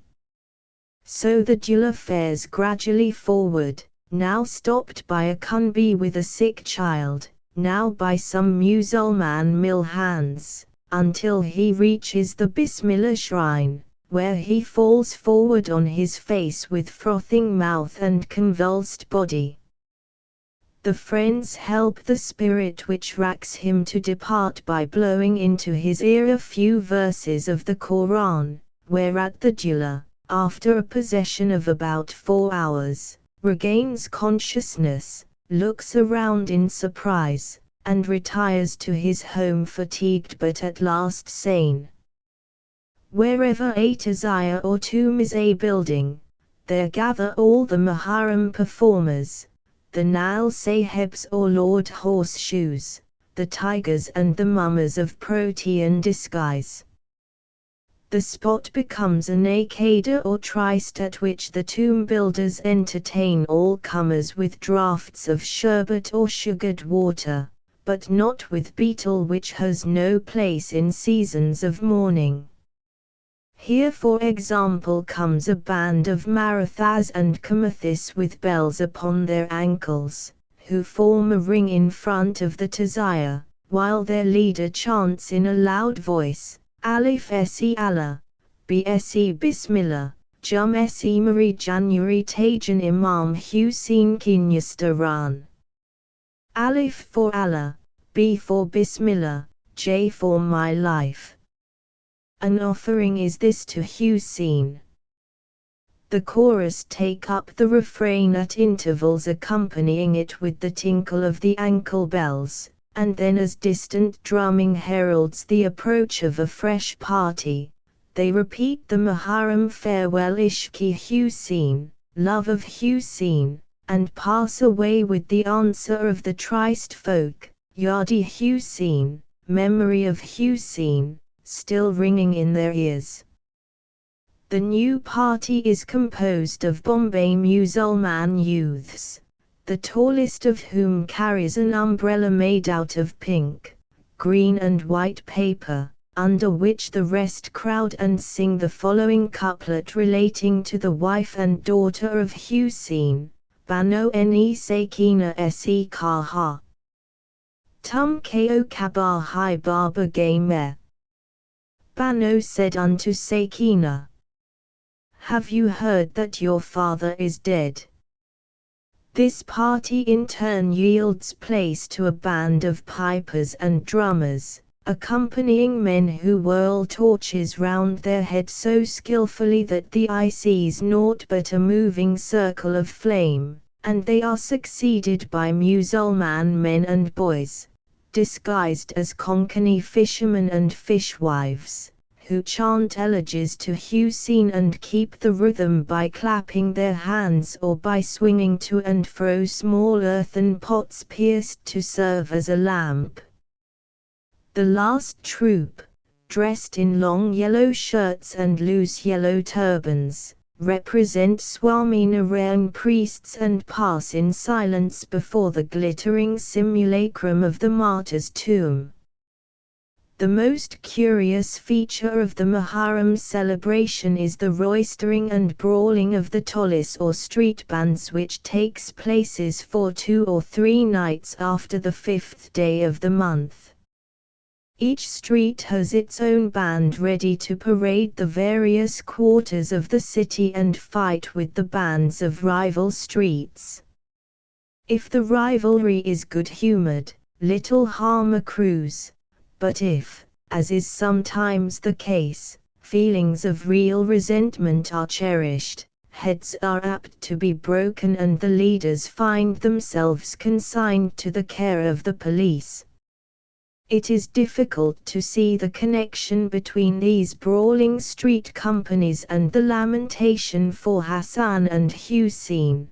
But the rivalry of the Mohallas recalls the free fighting which used once to take place between the various quarters of Gujarat and Kathiawar towns during the Holi festival, while the beating, shouting and general pandemonium evoked by the tolis are probably akin to the extravagance once practiced at the beating of the bounds in England and Scotland and are primarily designed to scare away evil spirits from the various quarters of the city. The tolis are indeed a relic of pure Hinduism, of Aboriginal spirit belief, and have in the course of centuries been gradually associated with the great Mohammedan festival of Tez. Originally they can have had no connection with the Muharram and are in essence as much divorced from the lamentation over the slaughter at Karbala as are the Mummas, the Nal Sahibs and the lords of the Conch Shell, Sain Kaura, of the modern celebration from the true Mohammedan who wanders back from the seashore uttering the cry of grief, Albida, Albida, Ya Husseini Albida. Farewell, farewell, my Hussein, farewell. 7. The possession of Hafiza. It was quite evident that something was seriously wrong with Abdullah the Toby. His features had lost their former placidity and wore an aspect of troubled wonder. The clothes which he erstwhile washed and returned to their owners with such regularity were now brought back long after the proper date and occasionally were not returned at all, and the easy good temper which once characterized his conversation had yielded place to sudden outbursts of anger or protracted spells of sulkiness. The majordomo consulted on the point could only suggest that Abdullah's ill temper was typical of the inherent badmashi of the Toby nature and that probably Abdullah had taken to nocturnal potations, while the youngest member of the household unhesitatingly laid down that Abdullah had been seized by a bhut or in other words was possessed of a devil. When the former suggestion was laid before Abdullah, he contemned it with unmeasured scorn and then turned and rent the spirit of the butler with winged words, but the small boy's opinion seemed to give him pause. He held his peace for a moment, gazing earthwards and rubbing a small heap of dust towards him with his toe. And then on a sudden he burst out into the tale which is here set down in his own words. Nay, Sahib, I am possessed of no devil, but my wife Hafiza is sore troubled by one. Only 3 months ago I sent for her from my village, as she was expecting to become a mother and I was desirous of looking early upon my firstborn child. And for 6 weeks she dwelt contentedly with me in the house which I have rented near the Ghat. And then the child was born, a child without blemish, and Hafiza and I were happy. But, Sahib, the shadow of evil was even then drawing nigh unto us.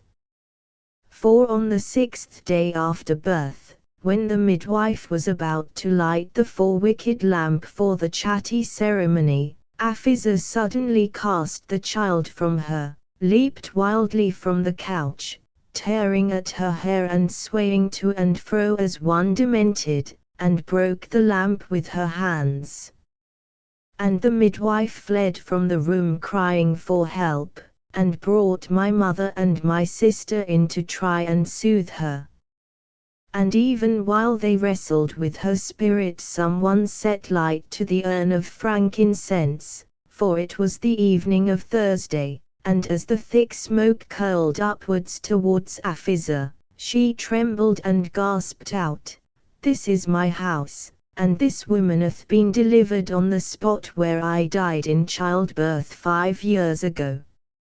I will never cease troubling her, for she hath forgotten even to burn a little loban, frankincense, for the repose of my spirit." So saying my wife fell senseless on the ground and remained motionless for 30 minutes until the spirit had fled. And, Sahib, from that day forward not an evening passes but the Suwandi, the spirit of a woman who has died in travail, lays hold upon her, and my house has become a place of evil and a byword among the neighbors. Several exorcists, Sianas and Syeds have we consulted, but all in vain. Their ministrations only make her worse. What can be done? One can hardly conjecture the ultimate fate of Abdullah and his family, had not someone who took an interest in the case suggested a final resort to the Syed from Bombay, who some little time ago opened in Gugari Street a branch of the famous Gujarat shrine of Miran Data. To him Abdullah, half hopeful, half desperate, repaired, and the Syed came into his house and gave Afiza a potion composed of incense ashes and water from the Miran shrine. But the evil spirit was terribly violent, and it required regular treatment of this nature for fully 20 days ere it could be dislodged. Evening after evening Afiza was taken into the presence of Syed, who summoned forth the spirit with a drink of the sacrosanct water, and at home Abdullah and his mother, who had been supplied with water and ashes by the Syed, were wont likewise to summon the spirit at any hour which they felt would cause it inconvenience. Thus the struggle between the powers of light and darkness for the soul of Afiza continued, until at length the evil spirit deemed it wise to depart, and on the 21st day, when it was racking Afiza for the last time, it demanded as the final price of its departure the liver of a black goat. So Abdullah hearkened to the spirit's will and buried the pledge of his wife's recovery in a new earthen pot just at the spot where the four roads meet near his house, and Afiza was at peace. Illustration: possession of Afiza. Since that date naught has occurred to disturb Abdullah's peace of mind. The Syed of Gugari Street has earned well-merited fame among the poorer Musulman inhabitants of that quarter. Abdullah has cast off his ill temper as it were a garment. Afiza the possessed has become Afiza the self-possessed, helping Abdullah to earn his livelihood and obtain the approval of his masters, and the child, unharmed by the evil eye and beloved of his parents, is daily waxing in favor with God and man. According to Abdullah, the only spirit which occasionally attacks him is a spirit of mischief not unknown to the parents of healthy little boys. 8 Akasyamba Den. Wander down one of the greatest arteries of the city and you will perhaps notice on the east side of the street a double-storied house bearing all the appearance of prolonged neglect and decay. Enter the low door and take a sharp turn to the right and you will find yourself at length on an ill-smelling landing with a creaking ladder-like staircase in one corner, enveloped from top to bottom in darkness so profound that one can almost conjure up visions of sudden death from the assassin's dagger. After a moment's hesitation you commence to grope your way upwards. The staircase sways and creaks beneath your feet, the air is heavy with strange odors, something, probably a cat, scuttles past you and nearly upsets your balance, and putting out your hand to steady yourself your fingers touch something clammy and corpse-like which turns out to be a gouty laborer, naked save for a loincloth, asleep in the narrow niche between the walls of the ground floor and the first story. One wonders what he pays for this precarious accommodation, in which a sudden movement during sleep may mean a sheer drop down the dark staircase. But fortunately he sleeps motionless, like one physically tired out, perchance after dragging bales about the dock sheds since early morn or wandering all day round the city with heavy loads upon his head. At length on the second story a half-open door casts an arrow of light upon your path. You hail it with joy after the Cimmerian gloom of the lower floors, and, pushing the door further ajar, you find yourself in a square low room lit by two windows which command a view of the street below. It is carpeted with cheap date leaf mats and a faded polychrome tie. Dirty white cushions are propped against the wall below the windows. A few square desk-like boxes lie in front of the cushions, and in a semi-recumbent attitude around the room are some 20 or 30 men, Bombay and Gujarat Mohammedans, men from Hindustan and one or two Dawdi boroughs, the regular customers of the Kasyamba saloon. There is one woman in the room, a member of the frail sisterhood, now turned faithful, nursing an elderly and peevish Lothario with a cup of sago milk gruel, which opium eaters consider such a delicacy, while the other customers sit in groups talking with the preternatural solemnity born of their favorite drug, and now and again passing a remark to the cheery-looking landlord with the white skull cap and henna-tinged beard. Each occupant of the room has been provided with a tiny glass of weak opium water from the large china jar on the landlord's desk, paying a pice per glass for the beverage. Some drink one glass, some two, some three or more, but as a rule the Kasyamba drinker confines himself to 2 glasses, being ashamed to own even to a brother Tiraki the real quantity of the drug consumed by him, while a few, strengthened by prolonged habit, pay somewhat more than the ordinary price for a thicker and stronger dilution. When the glasses are empty the company calls for dessert, for the opium drinker must always have his carbanjan or bitter taste remover, and the landlord straightway produces sweets, fruit, parched grain, or sago gruel known as kher according to the taste of his customers. Hardly has dessert ended when an elderly Mohammedan in shabby garb falls out of the group and clearing his throat to attract attention commences to recite a flowery prelude in verse. He is the Dastan Shah's own brother, professionally, of the Samar or storyteller of Arabia and the Shah of Persia and Cairo, and his stories, which he delivers in a quaint sing-song fashion, richly interspersed with quotations from the poets of Persia, are usually culled from the immortal 1001 Nights or are concerned with the exploits and adventures of one of the great heroes of Islam. Amir Hamza, for example, is a favorite subject of the imaginative Eastern storyteller. Amir Hamza, according to Professor Dryasdust, died before the Prophet, but according to the troubadours of Islam was the hero of 1,000 stirring deeds by flood and field, and by the might of his right hand converted to the faith the Davs and the Piris of Mount Kaf, the Caucasus.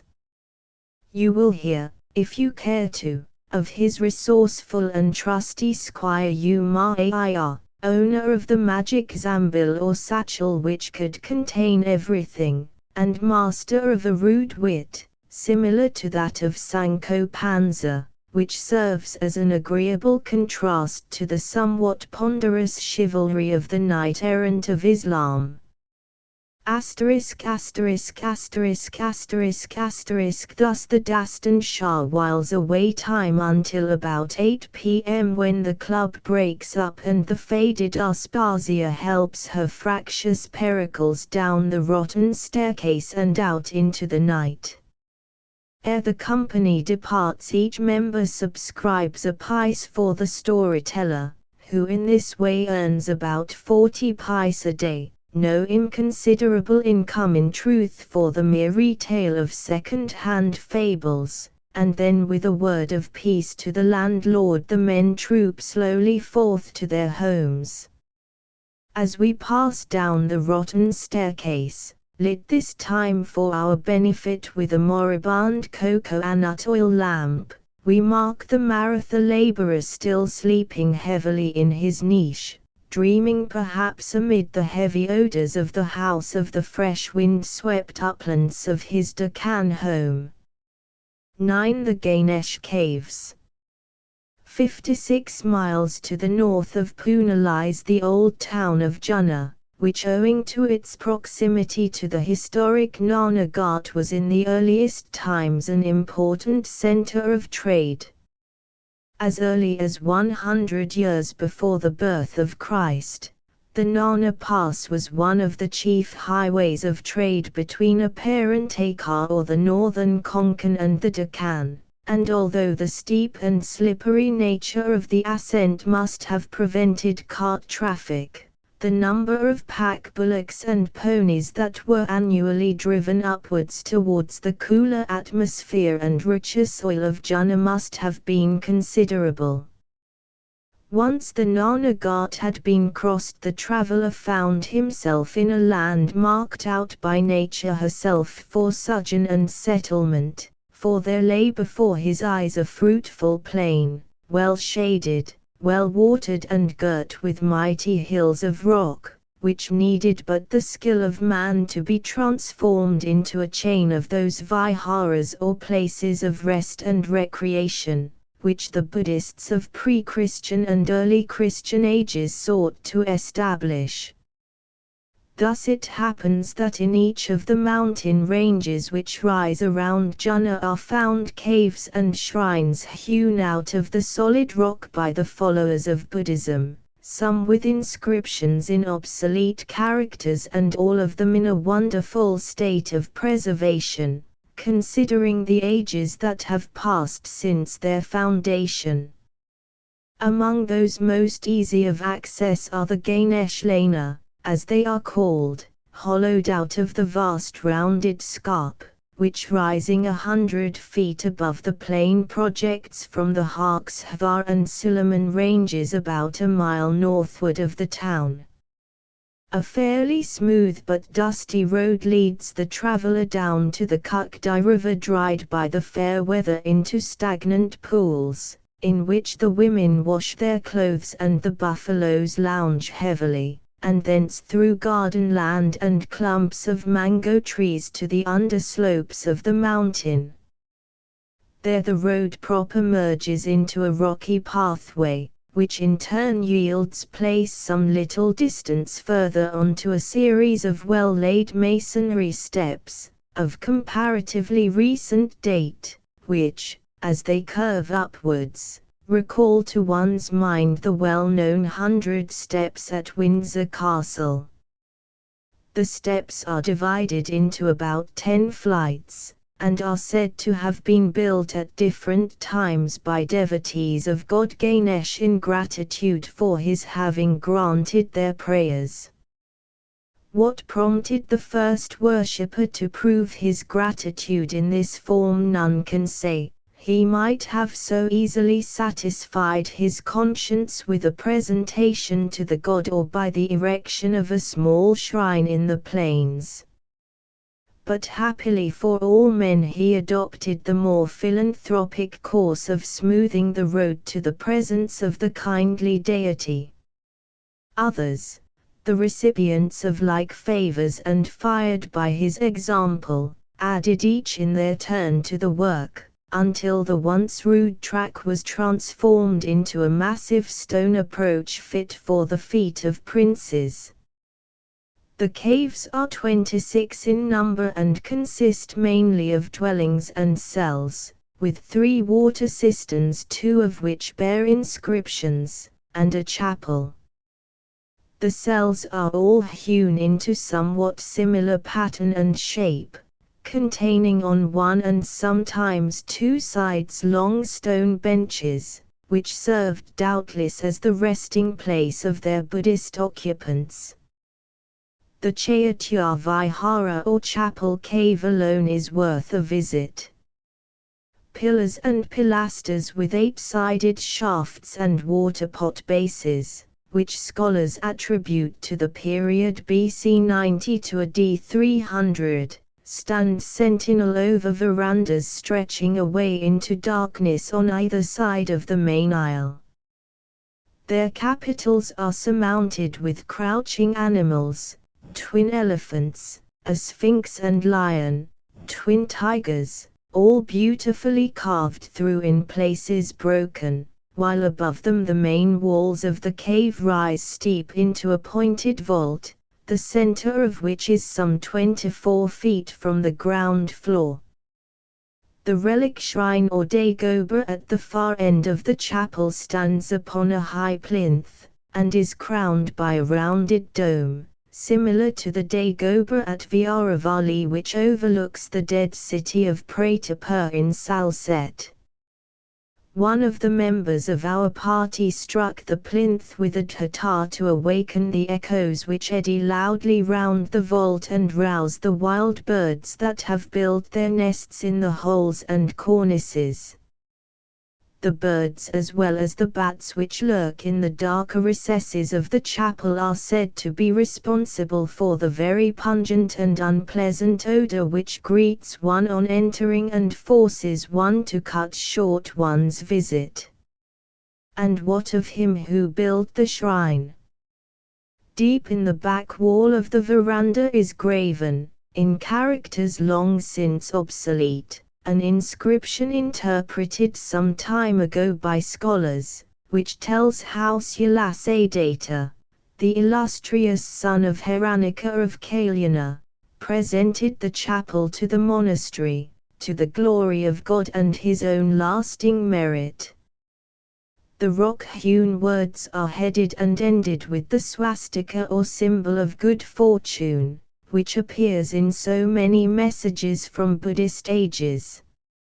Asterisk asterisk asterisk asterisk asterisk. On the left of the chapel at a slightly higher level stands the largest of this group of caves, a large hall with a veranda and 20 cells around it.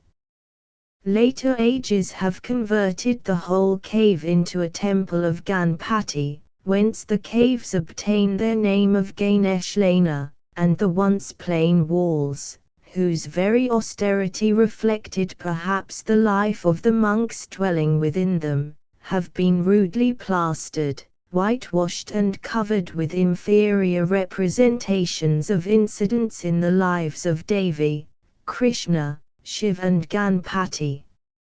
In the center of the back wall, between two ancient stone seats, glowers a rude eidolon aflame with red lead and ghee, so thickly smeared indeed that the original features and form of the god have well nigh disappeared.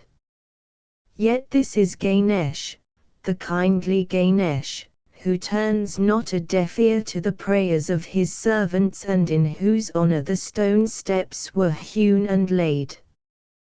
Two pujaris of the Yajurvedi Brahmin stock and 3 or 4 women, who are attached to the shrine, crave alms for the god. They and their forebears, they tell you, have been the officiating priests for years, wherefore, desirous of testing their knowledge, you enquire who built these mighty dwelling places. Hindus of 1,000 years ago, say they, who desired to acquire merit. But ask the untutored villager who has guided you up the hill, and straightway comes the answer, Sahib, these were not built by man, but by the gods ere man came hither. Outside the cave is a pleasant veranda and balustrade, whence you look down over the lower slopes to the garden-studded course of the river. Beyond lies a long low trail of vapor, which marks the position of Junna, and behind that again climb heavenward the Manmoda hills. On the right, with its ruined mosque and conning tower grey in the morning light, the massive pile of Shivna frowns over the valley, like some dismasted battleship, hurled upwards into sudden petrifaction by the hands of Titans. It is an impressive scene. The pre-Christian monastery behind you, the relics of Musulman and Maratha sovereignty in front, and below, bathed in a sea of morning mist which Surya is hastening to disperse, Junna, the town of ancient memories, in her latest avatar of a British Taluka headquarter station. Let us hope that the monuments which we raise will last as long as those of Buddhist monk or Mohammedan Kilada. Ex-Abandari Mystery. Illustration, Abandari Mystery. In the heart of the great palm groves to the northwest of Dardar lies an ort known as Borkas Wadi, shaded by tall well-tended trees whose densely foliaged summits ward off the noonday sun and form a glistening screen at nights, what time the moon rises full-faced above the eastern hills. Not very long ago, at a time when cholera had appeared in the city and was taking a daily toll of life, this ort was the scene of a bi-weekly ceremony organized by the Bandaris of Dardar and Mahim and designed to propitiate the wrath of the cholera goddess, who had slain several members of that ancient and worthy community.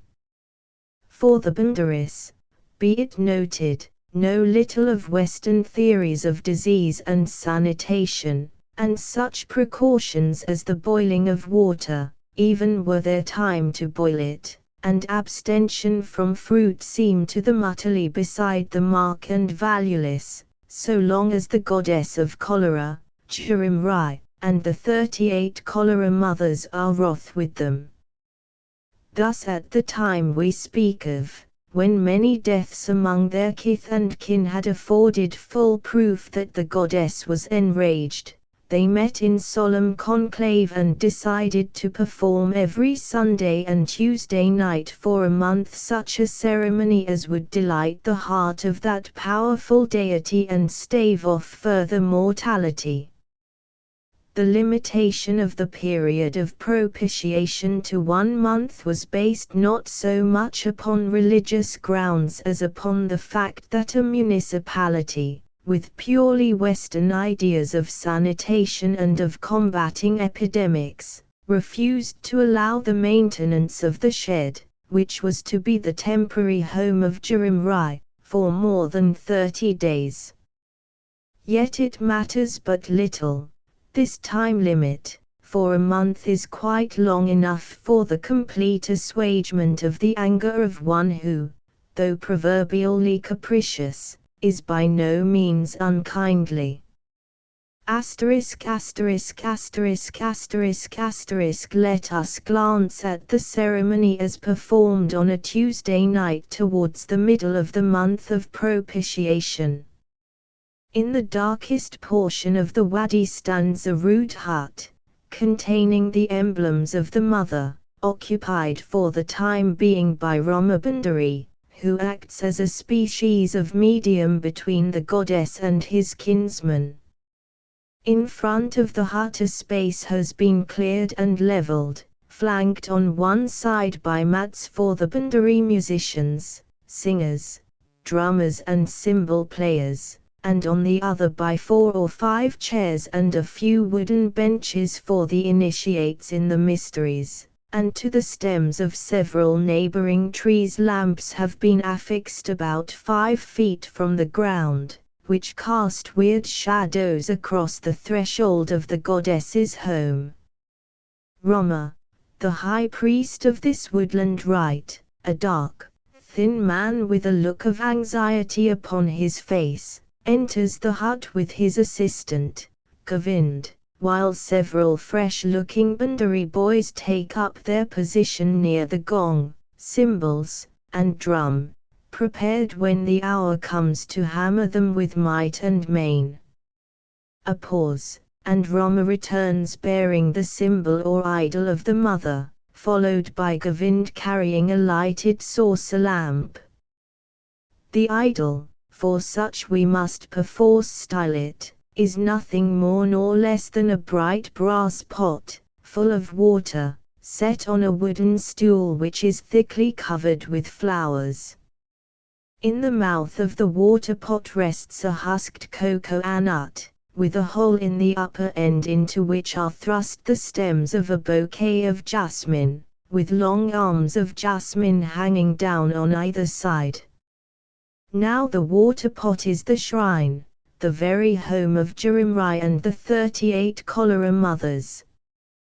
Behind the jasmine-wreathed stool Govind places another stool bearing a tin tray full of uncooked rice, camphor, and black and red scented powder, and close to it he piles the cocoa nuts, sugar, camphor, cakes, betel nuts, and marigolds which the Bandari initiates have sent as an offering to Rama.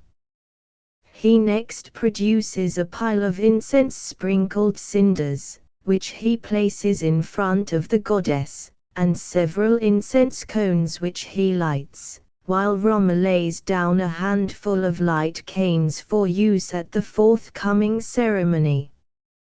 And while the rich scented smoke rises in clouds into the still night air, shrouding the goddess's face, Govind takes a little rice from the tray and a few flowers, and places them on a tulsi or sweet basil shrine which stands a little northward of the hut. Asterisk asterisk asterisk asterisk asterisk all is now ready.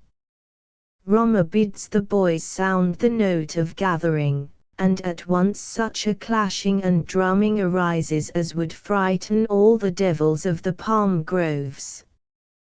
The people come but slowly, for many of them work late in the mills and have to go home and cook and eat their evening meal before they can take part in the rites of the mother.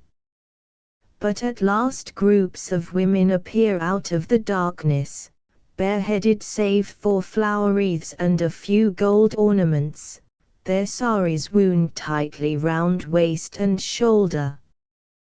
They cluster silent and close-packed round the door of the hut, for they are the women whom the 38 mothers love to possess and to lash into the divine frenzy which only the human form can adequately portray. Govind stirs the incense heap, the dense smoke rolls forth again and shrouds all. There is a feeling of witchery in the air, and in the midst of the smoke pall one can just descry Rama bending low before the mother. Now he rises, draws the rattan canes through his hands, and then leans against a palm tree with eyes tightly closed and hands quivering as if in pain. But hark! There is something toward in the hut, and out of the darkness dash 2 young women right in front of the goddess, leaping and tossing their arms. They sway and twist their lithe forms in the smoke but utter no word. Only one can see their breasts heaving beneath the sari and can catch the sharp hoo of their breathing, as their frenzy heightens.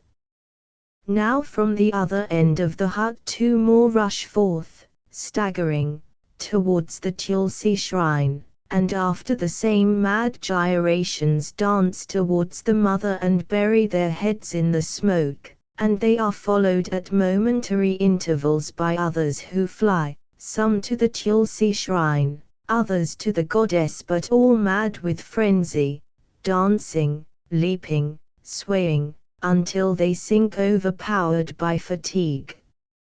Meanwhile Rama is performing a devil dance of his own in the smoke clouds.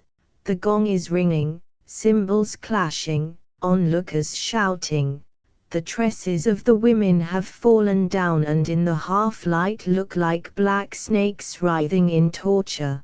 The women themselves are as mad as the Bacchantes and Maenads of old fable. In a word, it is pandemonium let loose. Asterisk asterisk asterisk asterisk asterisk the noise ebbs and flows, now dying down as the first frenzy fades away, now rising more shrill as the spirit of the mother racks her devotees more fiercely. That tall finely formed young woman, who dances like a puppet without will and who never seems to tire, is Moti, leader of the dancers and the favorite choice of Jarim Rai.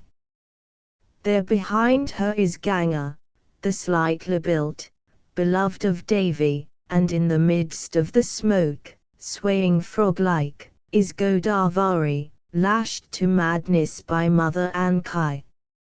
Around them dance by twos and threes the rest of the women with dishevelled locks and loosened robes, whom Rama taps from time to time with his cane whenever they show signs of giving in. But at length nature reasserts her sway, and the dancers one and all crouch down in the smoke, their dark sides heaving painfully in the dim light like the implements of some ghostly forge. Now Govind appears again with a tray and marks the brows of the women with a fingertip of vermilion, his own brow being marked by them in turn. He places a cake of camphor on the tray and sets light to it, and as the clear flame bursts forth in front of the mother, the whole congregation rises and shouts Devi Ki Jaya, victory to the goddess. Then Moti takes the tray and, balancing it on her head, dances slowly with long swinging stride round the mother, while the music bursts out with renewed vigor, urging the other women, the human tabernacles of the cholera deities, to follow suit. Thereafter the camphor cake is handed round to both women and men in turn, who plunge their hands in the ashes and smear their faces with them, and so, after distribution of the offering of cocoa nuts, sugar, and betel, the celebration closes. A few girls still dance and jerk their shining bodies before the altar, but Rama, who is getting weary, touches them with his hands, commanding the frenzy to cease, and with a sigh they withdraw one by one into the dark shadows of the palm grove. Asterisk asterisk asterisk asterisk asterisk. Such is in brief the ceremony of propitiation of the cholera goddess. What does it signify? It appears that according to Bandari belief the disease is the outcome of neglect of the mother. The present conditions of life in the cramped and fetid chawls of the city, the long hours of work necessitated by higher rentals and a higher standard of living, leave her devotees but little leisure for her worship. She is maddened by neglect, and in revenge she slays her 10 or 15 in a night. Yet is she not by nature cruel. Fashion for her a pleasant shrine, flower-decked, burn incense before her, beat the drum in her honor, let the women offer themselves as the sport and plaything of her madness, and of a surety will she repent her of the evil she hath done and will stay the slaughter. In spirit parlance, a woman chosen by the spirit, into whom as into a shrine the mother enters, is known as aged or tree, for just as a tree yields rustling and quivering to the lightest breath of the gale, bends its head and moves its branches to and fro, so the women, losing all consciousness of self, play as the breath of the mother stirs them, quivering beneath her gentle gusts, bending their bodies and tossing their arms beneath the stronger blasts, and casting themselves low with bowed heads and streaming hair as the full force of the storm enwraps them. They are in very truth as trees shaken by the wind. Nay more, the mother herself once lived in human form, she knows the pleasure, the comforts of the body, and she is fain, by entering the bodies of her female devotees, to renew the memories and suggestions of her former life. In conclusion, one may briefly record what the Bandaris thought of the presence of a European at their sacred rite. Some feared him as one that contemplated the imposition of a new tax, others viewed him askance as a doctor from the hospital dispatched by higher authority to put an end to the ceremony, and yet others, the larger number in sooth, deemed that here at last was a sahib who had found physic a failure and had learned that the mother alone has power to allay grievous sickness. 11 Scenes in Bombay. A Musalman holiday. Nearly all the Mohammedan inhabitants of Bombay observe as a general picnic day the last Wednesday of the month of Safar, which is known as a Khairi Charshamba or Chala Bud, for on this day the Prophet, convalescent after a severe illness, hied him to a pleasance on the outskirts of Mecca. During the greater portion of the previous night the women of the house are astir, preparing sweetmeats and salt cakes, tinging their hands with henna, bathing and donning new clothes and ornaments, and when morning comes, all Mohammedans, rich and poor, set forth for the open grounds of Malabar Hill, Mahalakshmi, Mahim or Bandora, the Victoria Gardens, or the ancient shrine of Ma Mahajayani, Mother Pilgrim, which crowns the north end of the Hornby Vellard. To the Victoria Gardens the tram cars bring hundreds of holiday makers, most of whom remain in the outer or free zone of the gardens and help to illumine its grass plots and shady paths with the green, blue, pink and yellow glories of their silk attire. Here a group of men and women are enjoying a cold luncheon. There a small party of memons are discussing affairs over their biddies, while on all sides are children playing with the paper toys, rattles and tin wheels which the hawkers offer at such seasons of merrymaking. Coal-black Africans, ruddy Pathans and yellow Bukharans squat on the open turf to the west of the Victoria and Albert Museum. Mugholes in long loose coats and white arch-fronted turbans wander about smoking cigars and chatting volubly, while Bombay memons in gold turbans or gold brocade skullcaps, embroidered waistcoats and long white shirts stand on guard over their romping children. The road leading from Mahalakshmi to the shrine of Ma Mahajayani is particularly gay, and the Vellard is lined throughout its entire length with carriages full of men, women and children in their finest attire, while under the palms on the east side of the road the hum of a great crowd is broken from time to time by the cry of the sellers of sweets, toasted grain, parched pistachio nuts and salted almonds, or by the chink of the coffee sellers' cups. A happy, orderly crowd it is, free from all signs of quarreling and excess, packed more densely than usual around the shrine of Ma Mahajayani, where every little vacant space is monopolized by merry-go-rounds and by the booths of bakers and pastry sellers.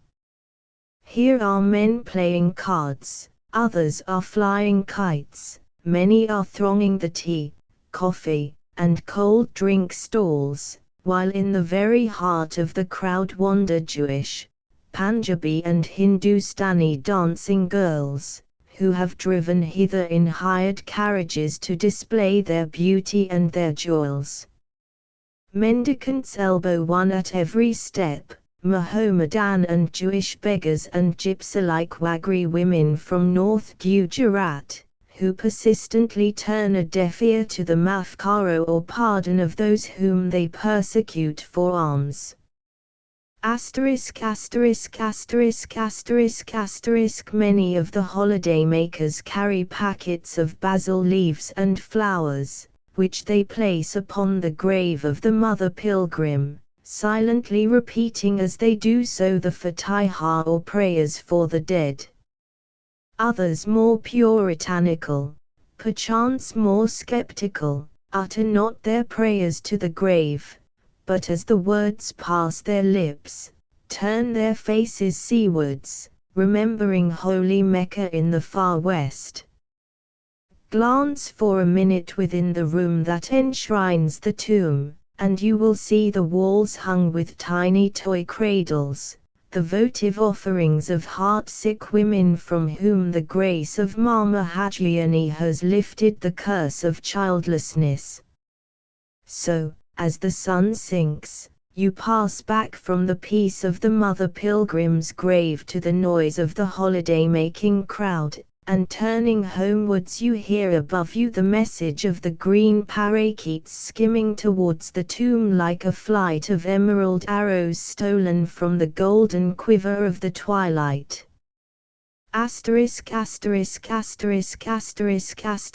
Bombay Mosque. Who does not know the Mohammedan quarters of the city of Bombay, with their serried ranks of many-storied mansions extending as far as eye can reach? Dark and forbidding seem many of these houses, and to few is it given to know the secrets they enshrine. But these square battalions of brick and plaster are not wholly continuous. For here and there the ranks are broken by the plain guard wall and deep-eaved porch, or by the glistening domes and balcony-girt minarets of a mosque, and at such points one may, if one so wish, see more of the people who dwell in the silent houses than one could hope to see during the course of a month's peregrinations up and down the streets devoted to the followers of the Prophet. Stand with me at sundown opposite the gateway of the mosque and watch the stream of worshippers flowing in through the portals of the house of prayer. Here are the rich purse-proud merchants of Persia, clad in their long black coats, there the full-bearded Maulavis. Behind them come smart sepoys hailing from northern India, golden-turbaned, shrewd-eyed Memon traders and ruddy-complexioned close-bearded Jats from Multan. Nor is our friend the dark Sidi wanting to the throng, and he is followed by the Arab with his well-known headgear, by the handsome Afghan, and by the broad-shouldered native of Bokhara in his heavy robes. Mark too the hurried steps of the brocade worker from Surat, and note the contrast of color as the grimy fitter or blacksmith passes through the porch side by side with the spotlessly clad Konkani Musulman, whose high features and olive skin betray his Indo-Arab origin. Rich and poor, clean and unclean, all pass into prayer.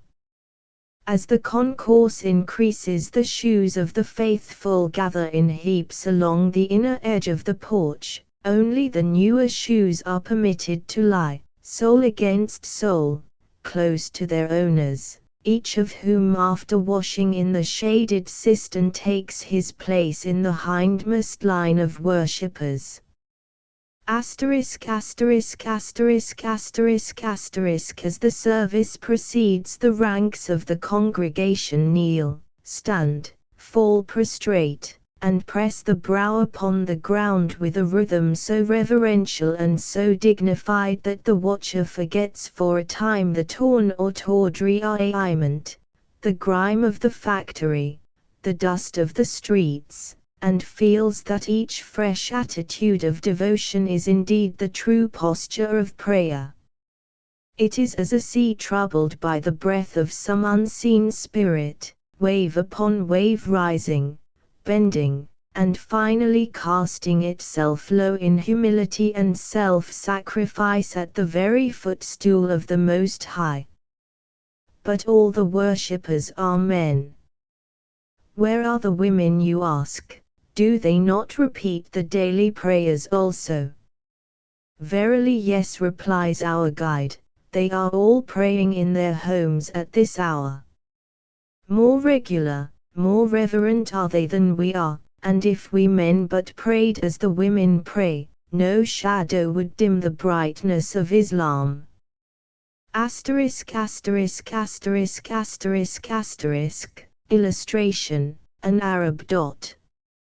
As the evening prayer progresses, groups of men and women with children in their arms gather at the main entrance of the mosque. For the children are vexed with sickness against which medicine has availed naught, and in a higher healing lies their only chance of recovery. So, as the congregation passes out through the gateway, the parents hold out their ailing children, and well nigh every worshipper, rich or poor, young or old, turning his face downwards lets his prayer-laden breath pass over the face of the sick child that needs his aid. A picturesque custom is this, which illustrates two ancient and universal beliefs, namely that all disease is spirit-caused and that the Holy Book is charm-laden. He who repeats the inspired words of the Quran is purged of all evil, and his breath alone, surcharged with the utterances of divinity, has power to cast out the devils of sickness. Thus to this day all classes of Mohammedans, but particularly the lower classes, carry their sick children to the mosques to receive the prayer-laden breath of the musallis, prayer sayers, and sometimes in cases of grievous disease a pir or mashaykh is asked to perform the healing office, prefacing the brief ceremony with that famous verse of the Quran, wa nunazzilu minal Qur'ani ma huwa shifaa'un wa rahmatun lil mu'minina, which being interpreted means, we sent down from the Quran that which is a cure and a mercy unto true believers. So the mosques of the city are homes of healing as well as of prayer. Occasionally, when the prayer breath of the ordinary worshipper has failed to effect a cure, a Musulman mother will take her sick child to some Syed or other holy man in the city for what she calls Jadidul Wana, i.e. the sweeping over. The Syed questions her about the symptoms and duration of the disease. Amy moans the mother, I cannot say what ails the child, Syed Sahib. He was full of life and health till the other day when I left him on the threshold sucking a sweetmeat. There came by an old Wagri woman who stared at him, whining for alms. I gave her a little bread, wishing her well away, but alack! No sooner had she gone than my child sickened and hath not recovered since. The Syed then asks her to drop a piece upon a paper covered with magic squares, which being done, he consults a thumb-marked manuscript and decides that the child is a victim of the evil eye. Accordingly he proceeds to pass the end of a twisted handkerchief 7 times over the child's body, murmuring at the same time certain mystic formulae which he, as it were, blows over the child from head to foot. This operation is performed daily for 3 or 4 days, after which in many cases the child actually gets better, and the mother in gratitude pays the Syed from 8 annas to a rupee for his kind offices. So too it is the Syed and the prayers he breathes which exorcise the spirit of hysteria that so often lays hold of young maidens, and it is likewise the prayer-laden breath of the devout man which fortifies the souls of them that have journeyed unto the turnstiles of night. 12 Citizens of Bombay. The Memon and Raingari. Illustration, a Bombay Memon. Would you learn how the Memon and the Raingari, two of the most notable inhabitants of the city, pass the waking hours? They are early risers as a rule and are ready to repair to the nearest mosque directly the muezzin's call to prayer breaks the silence of the approaching dawn, and when the prayers are over they return to a frugal breakfast of bread soaked in milk or tea and then open their shops for the day's business. If his trade permits it, the middle-class Memon will himself go a-marketing, taking with him a jambil or Arab-made basket of date leaves in which to place his vegetables, his green spices, his meat and a little of such fruit as may be in season. His other requisites, flour, pulse, sugar and molasses, come to him in what he calls his cater, his account with a neighboring retail dealer. He is by no means beloved of the Bombay shopkeeper, for he is strict in his observance of the sunnah which bids him haggle till his forehead perspires, just as it did in winning the money. The Bombay shopkeeper commences by asking an exorbitant price for his commodities. Our Memon retorts by offering the least they could possibly fetch, and the battle between the maximum and the minimum eventually settles itself somewhere about the golden mean, whereupon the Memon hies him homewards as full of satisfaction as Thackeray's Jew. In many cases the mother of the house or the sister, if old, widowed and in the words of the Koran despairing of a marriage, performs the business of shopping and proves herself no less adept than her kinsman at driving a bargain. About midday the Memon or Raingari has his chief meal consisting of leavened or unleavened bread, meat curry or stew or 2 kebabs or fried fish, followed perhaps by mangoes, when in season. And when this is over he indulges in a siesta whenever his business allows of it. The afternoon prayers are followed by reapplication to business, which keeps him busy in his shop until 8 or 9 p.m., when he again returns home to a frugal supper of khichdi. It is hardly a satisfying meal, and many young Memons indulge in a fresh collation before retiring to rest. The khichdi finished, the young members of the family set forth for their evening resorts, nor forbear to take such refreshment as the city offers on their journey. They purchase a glass of ice cream here, accept a cup of tea offered by a friend there, or purchase a tumbler of faluda which plays the same part in the Mohammedan life of Bombay as macaroni does in the life of the Neapolitan. It consists of rice gruel, cooked and allowed to cool in large copper trays and sold at the corners of Mohammedan streets. On receiving a demand, the faluda seller cuts out a slice from the seemingly frozen mass, puts it into a large tumbler, mixes sugar and sherbet with it, and then hands it to his customer, who swallows the mixture with every sign of deep satisfaction. If possessed of a conveyance, the middle-class Memon will drive about sunset to the Apollo Bunda, Breach Candy or the bandstand.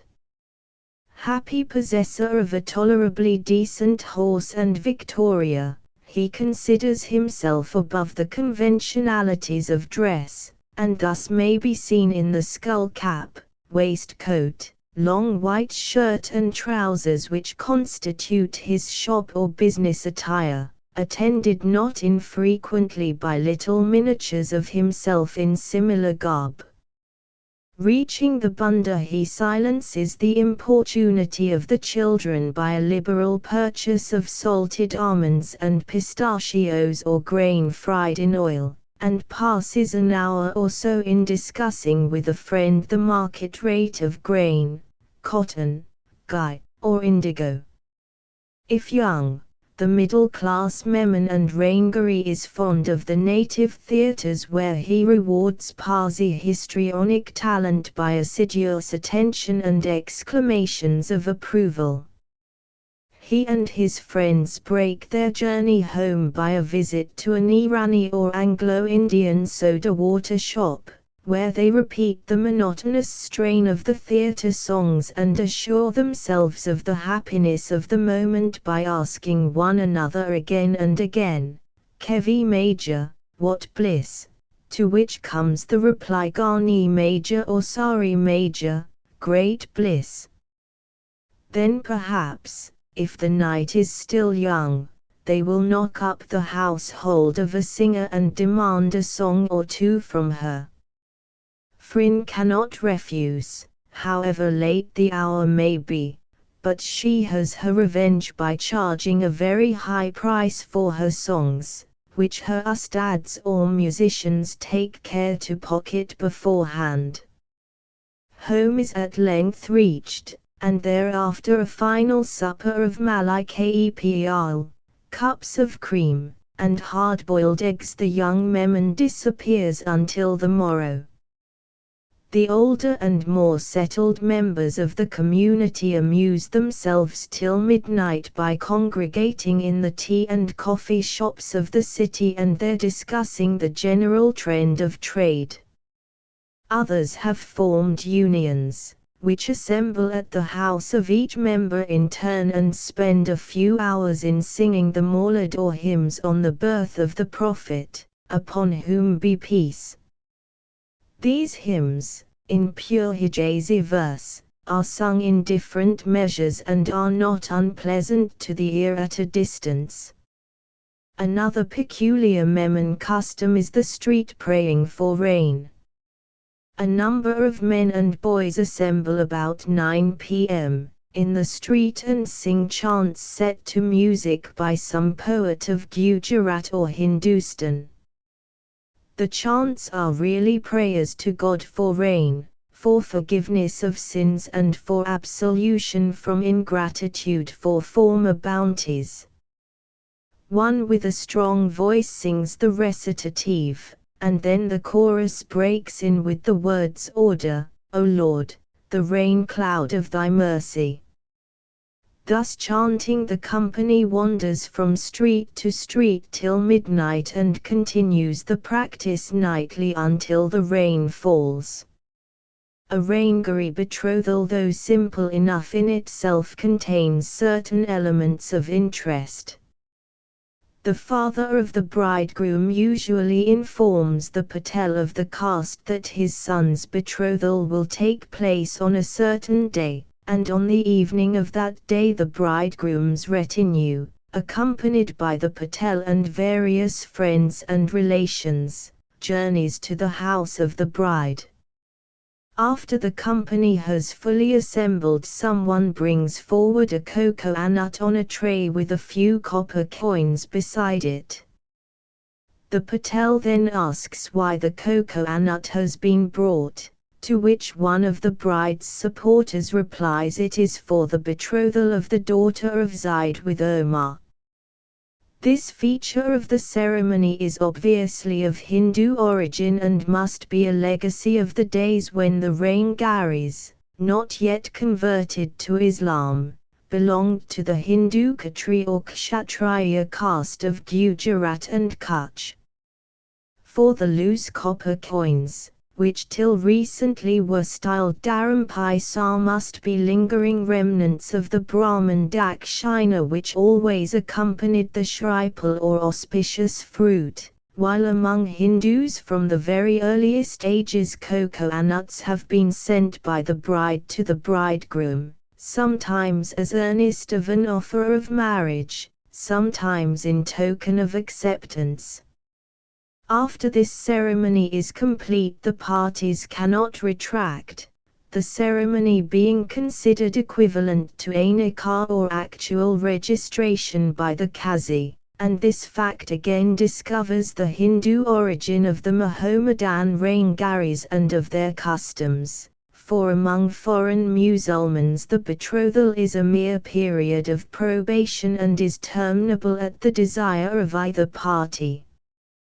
The Dharam Paisa usually finds its way into the pocket of the street mullah, who has a room in the neighboring mosque and is charged with the circulation of invitations to all members of the Raingari Jamaat to assemble at the bridegroom's house for the betrothal ceremony. 13. The cities of Bombay. An African reel.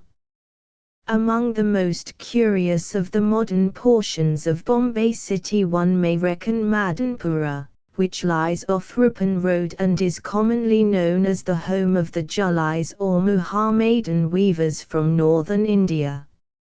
It is a rapidly growing quarter, for new shawls and new shops spring up every year and quickly find a full complement of tenants from among the lower classes of the population. Amongst those who, like the Jullais, have moved northward from the older urban area are the Sidis or Musulmans of African descent, who supply the steamship companies with stokers, firemen and engine room assistants, and the dockyards and workshops with fitters and mechanics. A hardy race they are, with their muscular frames, thick lips and crisp black hair, the very last men you would wish to meet in a rough and tumble, and yet withal a jovial people, well disposed and hospitable to anyone whom they regard as a friend. If they trust you fully, they will give you carte blanche to witness one of their periodical dances, in which both sexes participate and which, commencing about 10 to 30 p.m., usually last until 3 or 4 o'clock the following morning. They are worth seeing once, if only for the sake of learning how the cities amuse themselves when the spirit moves them.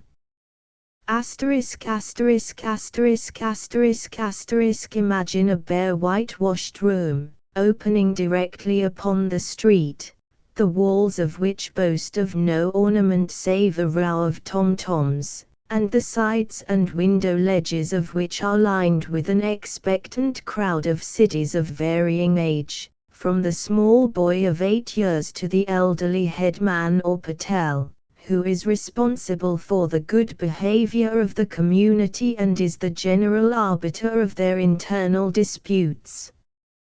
This is the Sidi Jamaat Khana or caste hall, and long before you reach the door, threading your way through a crowd of squatting hawkers, your ears are assailed by the most deafening noise, reminding you forcibly of the coppersmith's bazaar with an accompaniment of rhythmic drumming. The cause is not far to seek. In the center of the room 2 Sidis are sitting, in cock-horse fashion, astride what appear to be wooden imitations of a cannon and beating the parchment-covered mouths of their pseudo-steeds with their hands. At their feet a 3rd Sidi is playing a kind of reveille upon a flattened kerosene oil tin, and in the corner, with his back to the audience, an immense African, an ebony pan blowing frenzy through his wide lips, is forcing the whole weight of his lungs into a narrow reed pipe.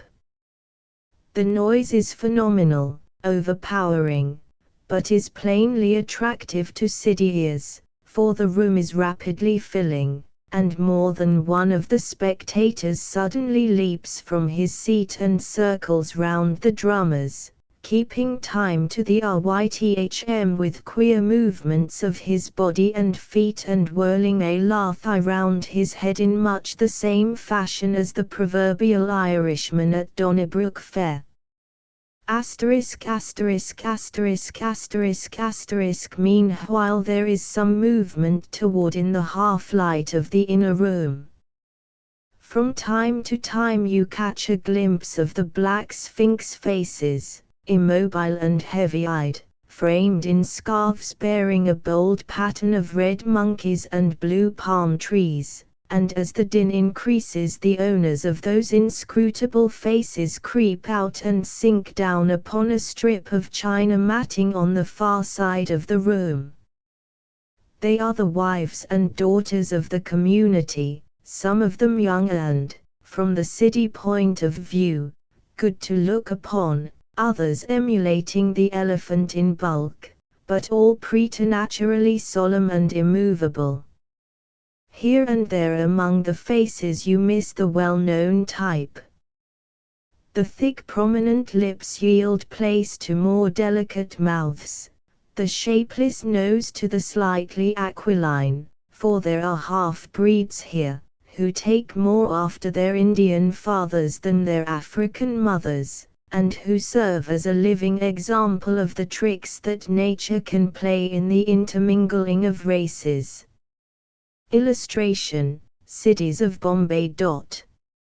And now the piper in the corner sets up a wilder strain, the drummers work till their muscles crack, now looking as if they were undergoing torture, now turning half round to have a joke with a fresh arrival, until the tension reaches breaking point and with a shout some 10 men dash forward and forming a ring round the musicians commence the wild Bomo dance, even as their savage ancestors were wont to do in past ages round the campfires of Africa.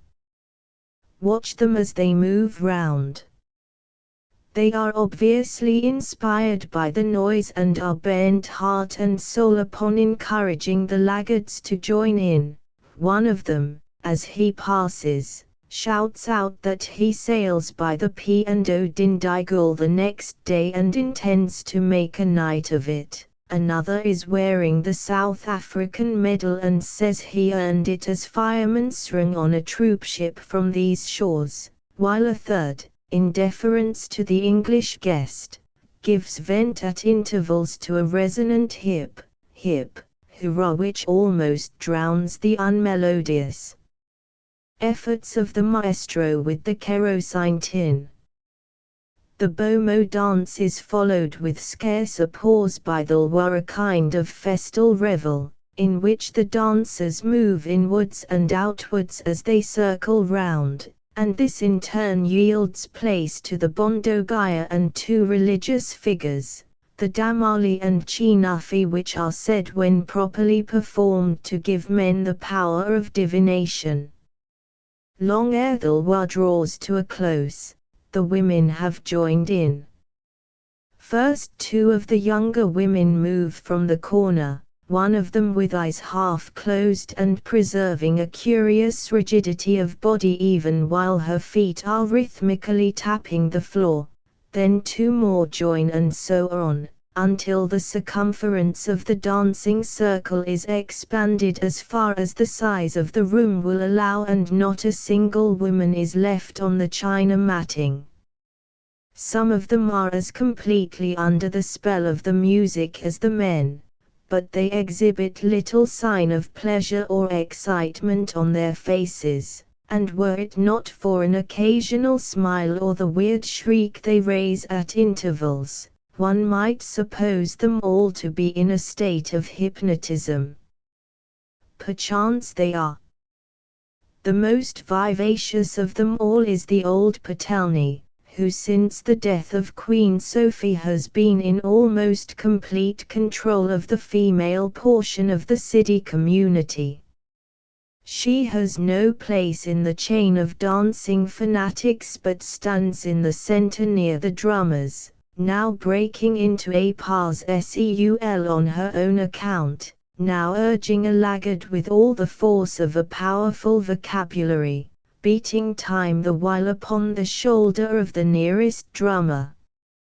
So the revel progresses, sometimes dying down into a slow movement in which only the hoarse breathing of the men, the tap-tap of female heels, is heard, and anon breaking into a kind of gallop, punctuated with shouts of bravo, hip, hip, hurrah, and the queer dental shriek, which our friendly Srang tells us is the peculiar note of the African reveller.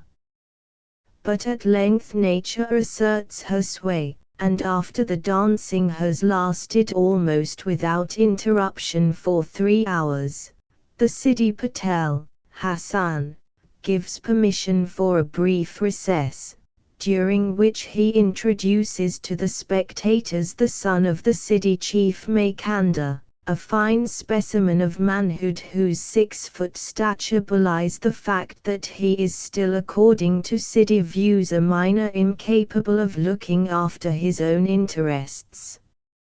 At this juncture too an itinerant coffee seller limps into the room with his tin can and cups and is straightway pounced upon by the breathless performers, who apparently find coffee better dancing powder than any other beverage.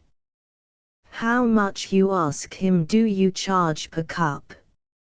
Say, here comes the answer, for 2 rupees you can treat the whole gathering, men, women and children, to a cup apiece, for this coffee is of the best. So we pay our footing in kind and bid adieu to the dancers, who are prepared to continue the revels till the early hours of the morning. As we turn the corner into Rupin Road, we catch a final glimpse of our bemedailed Srang executing a fandango on the doorstep, and of the Sidi Patel with a cup of hot coffee in his hand shouting in broken English, "Good night, God save the King." 14. A Konkan legend. Legend and tradition have rendered many a spot in India sacrosanct for all time, and to no tract perhaps have such traditions clung with greater tenacity than to the western littoral, which in the dawn of the centuries watched the traders of the ancient world sail down from the horizon to barter in its ports. As with Gujarat and the coast of Kathiawar, so with the Konkan it is a broken tale of strange arrivals, strange building, strange trafficking in human and inanimate freight that greets the student of ancient history and bewilders the ethnologist.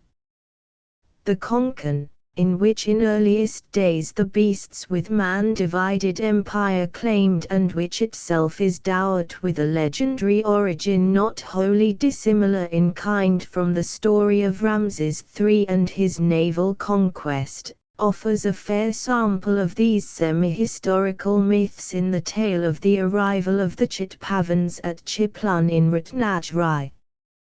For, so runs the tale, on a day long buried in the abyss of time it chanced that a terrific storm gathered over the western waters, and as night drew on the sky, black with serried ranks of clouds, burst into sharp jets of fire. The rain poured forth in torrents unquenchable, and the shriek of a mighty whirlwind, mingling with the deep echoes of Indra's thunder, drowned even the roar of the storm-lashed seas. Among the ships abroad on that night was one of strange device with high-peaked prow, manned by a crew of fair-skinned and blue-eyed men, which was forging its way from a northern port to some fair city of southern India, and when the storm struck her, she was not many miles from what we now call the Ratnagiri coast.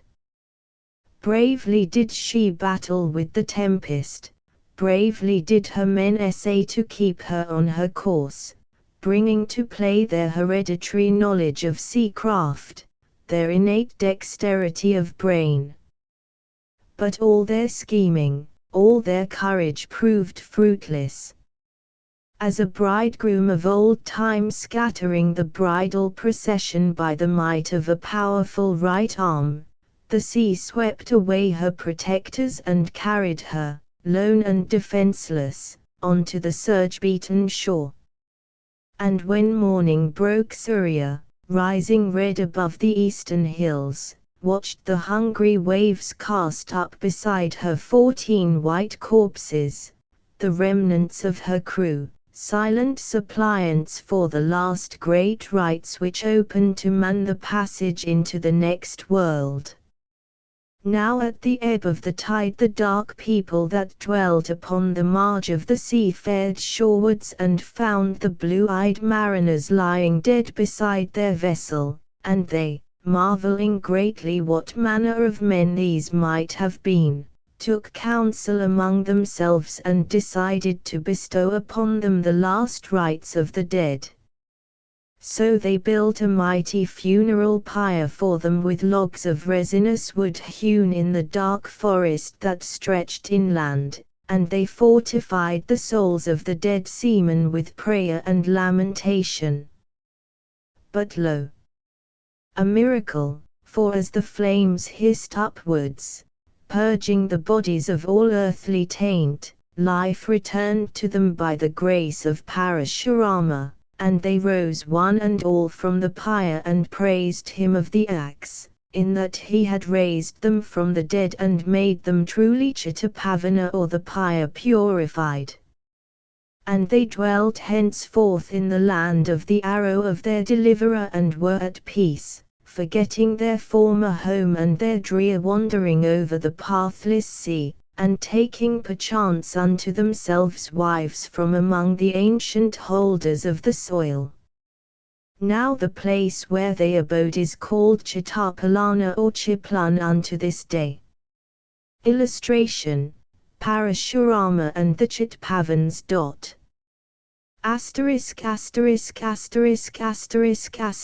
And it came to pass in the fullness of time, as the Sayoyadrakan tells, that Parashurama called all Brahmins to a great festival in the new land which he had created between the mountains and the sea.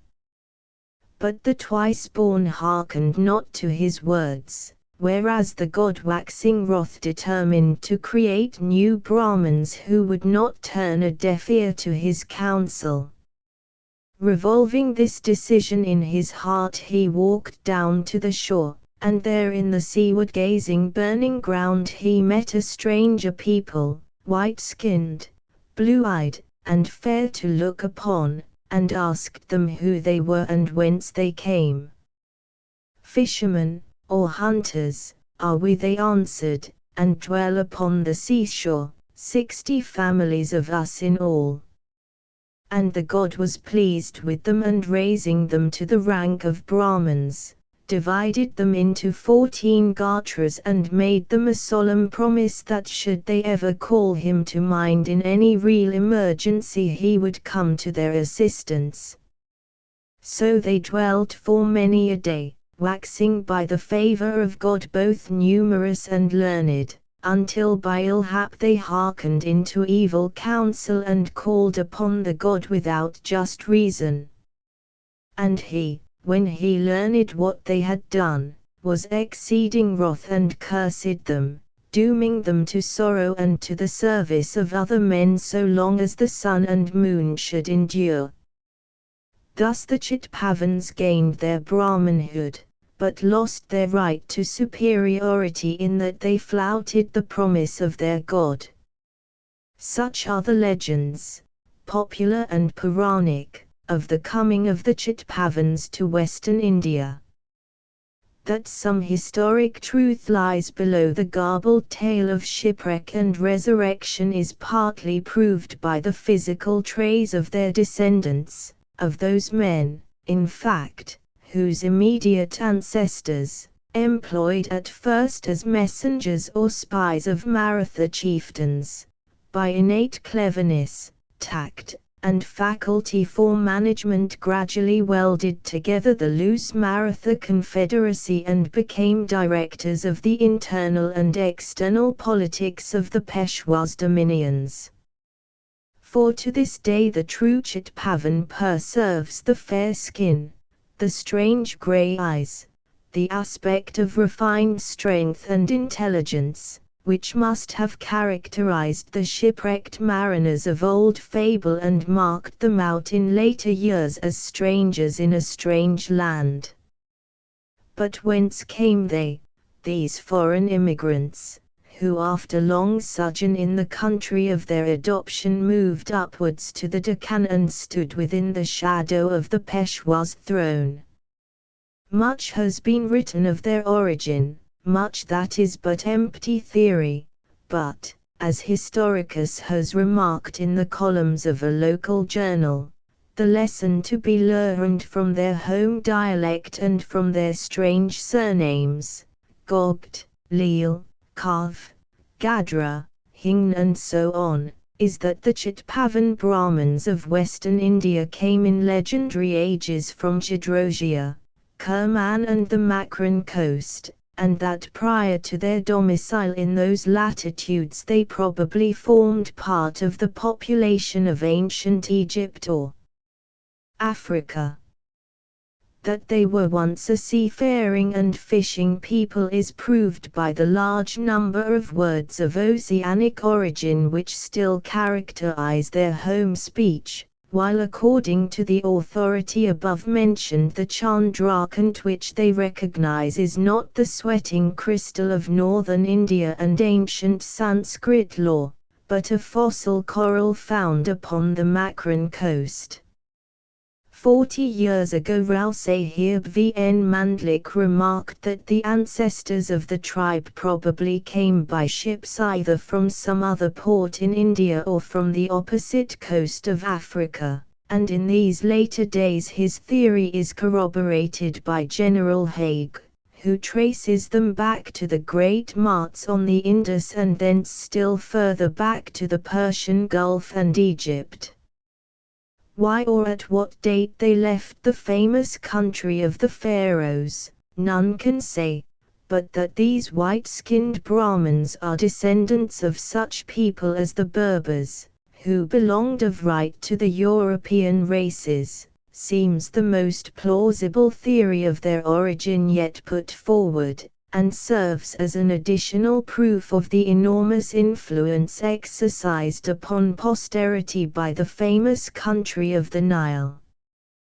Thus perhaps the legend of storm and shipwreck is not false, but records in poetic diction the arrival on these shores of men who presumably had in some degree inherited the genius of the most famous and most civilized country of prehistoric ages, and who had by long trafficking in dangerous waters and by the hardships of long migration acquired that self-reliance and love of mastery which has been bequeathed almost unchanged to their Brahmanist descendants. The Chitpavans were indeed the children of the storm, and something of the spirit of the storm lives in them still. Some trace is theirs of the old obstinacy which taught those pale ancestors to fight against insuperable forces until they were cast naked and broken upon the seashore.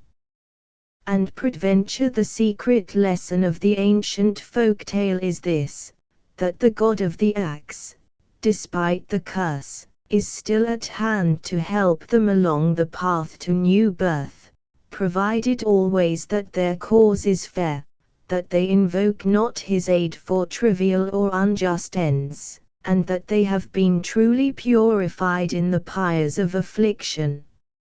15 Nurjan the singer only sang the joy of life, for all too well, alas! The singer knew, how hard the daily toil, how keen the strife, how salt the falling tear, the joys how few. Nay, Sahib, I accept no money for my songs from you and your friend, for you have taken a kindly interest in me and my past history, and have shewn me the respect which my birth warrants, but which alas!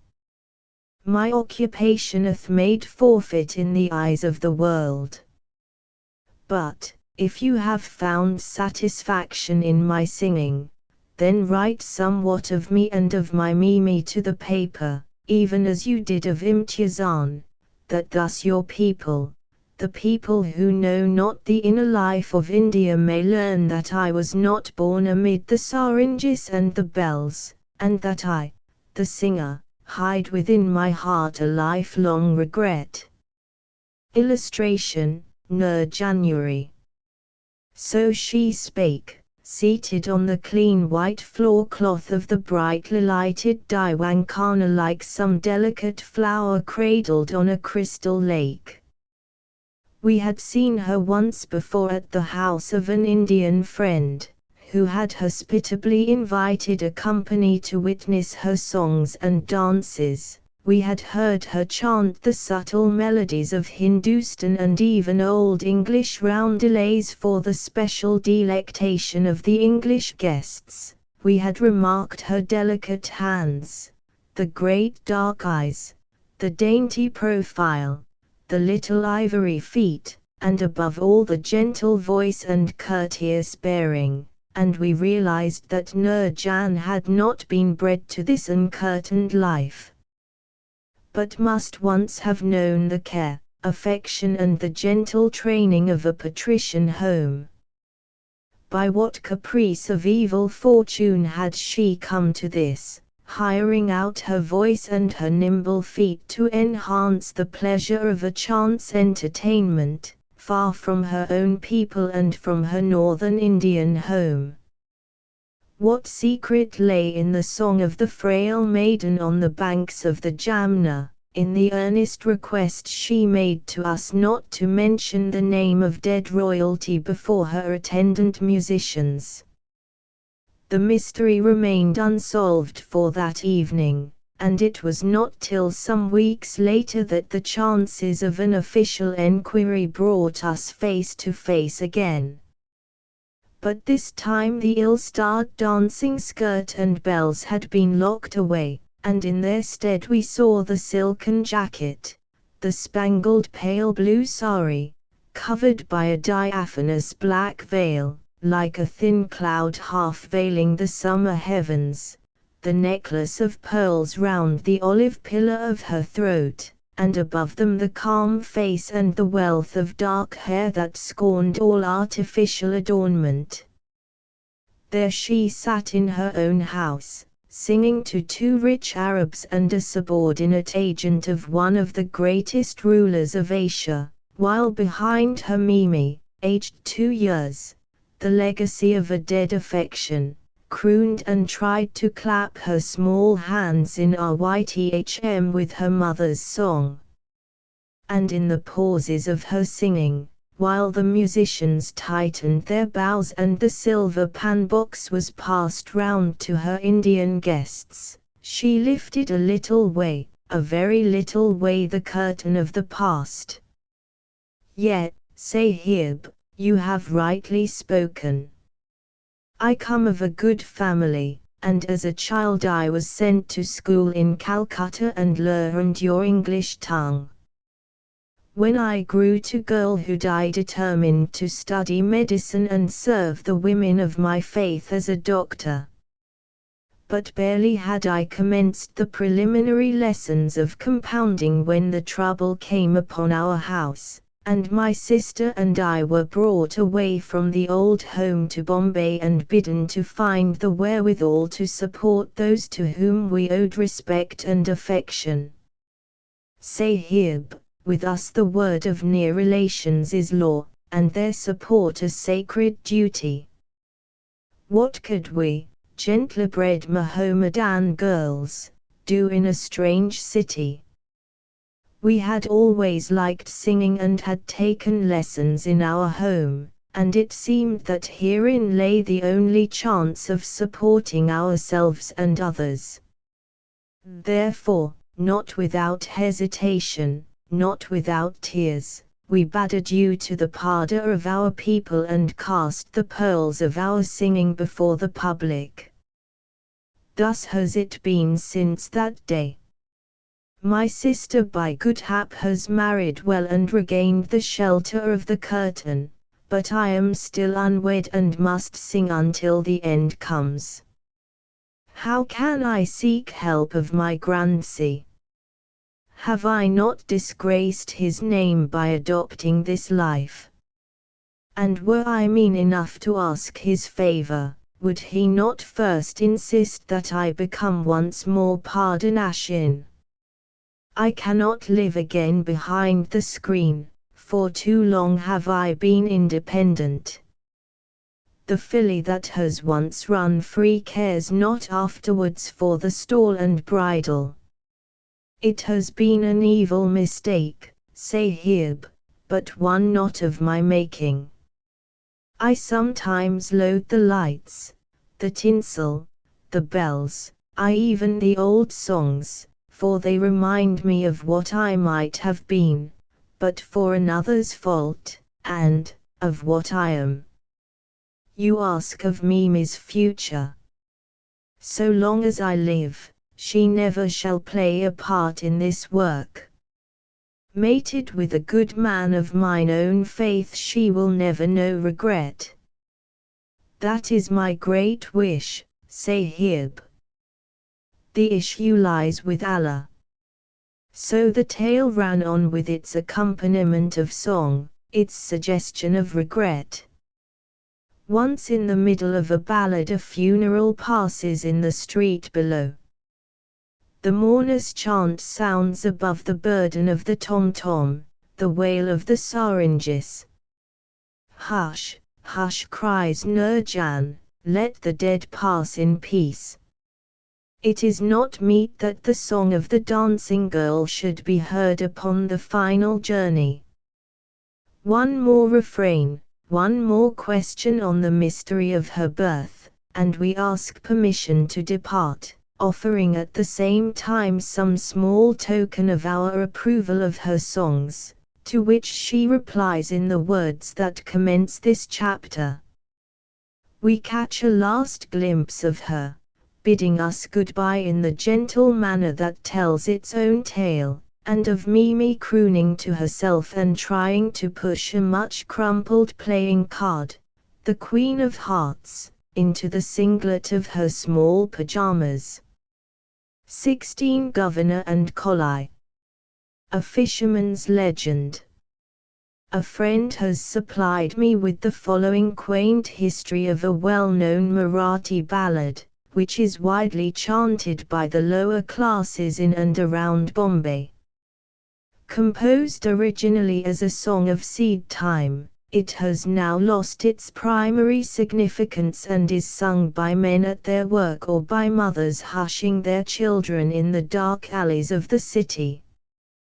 The verse runs thus: Nak hua kolai jat poli, Garamadyi dravya mahama, Topi walyan hu kum kila, Batli walyochaya barabar, which may be rudely interpreted as follows: Seaman Kolai of simple mouldeth in his house great store of gold lo. At the order of Topiwala Kolai is peer of Batliwala. Now the word Topiwala means an Englishman, and Batliwala is a reference to the first Parsi baronet, Sir Jamsetji Bhoy, albeit the word is often used as a synonym for millionaire in much the same way as Shankar Shet has crept into Marathi parlance as the equivalent of rich and prosperous. The story, which the Collis relate with pride, refers to the great wealth of Zuran Patel, the ancestor of Mahadev Dharma Patel, who at this moment is the head man and leader of the Christian Collis of Bombay. That Zuran Patel was a rich man can be proved from the ancient documents relating to the properties recently acquired by the Improvement Trust in and around Manvi. For his name appears as chief owner in many of them, and it seems clear that the spoils which he gathered from the sea formed the basis of a goodly heritage upon dry land. He was an intimate friend of a certain Parsi millionaire, whom the composer of the ballad has supposed to be Sir Jamsetji Bhoy, but who was more probably a member of the great family of Wadia, the original shipbuilders and dock masters of the East India Company. It chanced one day that the governor of Bombay, perhaps Lord Falkland or Lord Elphinstone, wandered into Manvi Kolawada and came suddenly upon the Parsi and the Kolai Patel sitting in converse with one another. Up rose the Parsi millionaire and made obeisance, but the Kolai, quite indifferent and not recognizing the solitary Topiwala, remained in his seat. His Excellency's curiosity was aroused, and asking the Parsi the name of his scantily clad comrade, he was informed that the man was a rich fisherman, who from time to time was accustomed to spread out his piles of gold and silver in the street to dry. And added the Parsi, so simple and guileless is he that the people walk over the glittering heap with wax on their feet, thus robbing him in open daylight, and yet he does naught, believing that the pile of wealth must shrink even as his piles of fish shrink, when placed in the sun to dry. Interested in the man's personality, the governor asked the Parsi to introduce the Patel to him, and enquired whether he would grant some portion of his wealth to government. Yes, as much as the government may desire, was the ready answer. But quoth his Excellency, what will you ask of government in return? Only this, answered the Kolai, that government will grant me the exclusive privilege of roofing my house with silver tiles. After some little discussion, a compromise was effected, and Zuran Patel received permission, as a special mark of favor, to place a few copper tiles above his house. The house in Dongri Street, where Mahadev Dharma Patel now resides, is reputed to be the identical house upon which the copper tiles were once fixed. But many alterations have taken place, and the tiles have disappeared. For many years, so runs the tale, they were preserved as a sort of family escutcheon, being taken off the roof and fixed in a conspicuous position in the wall. Perhaps they were stolen, perhaps they were worn away by constant polishing, who can say? They have passed beyond the realm of fact to that of legend. Suffice it to say that the Kolis firmly believe the whole story, and add that Zuran Patel's house was the only real strong house in Bombay at that epoch, the walls being built upon a framework of iron girders and the cellar, containing the piles of silver, being stouter than a modern safe. It seems not improbable that the old cellars of Manvi Koliveda were originally the colouring ponds of the fishermen, which, as building progressed and crowding set in, were enclosed with tiles and brick and mortar and utilized as storerooms. Such is the history of the quaint ballad of the English governor, the Parsi millionaire, and the Kolai Patel. It seems to us to crystallize the honorable connection and friendship which has existed from the earliest days of British rule in Bombay between the aboriginal fishermen, the Parsi pioneers of commerce, and the English government in the person of its highest representative.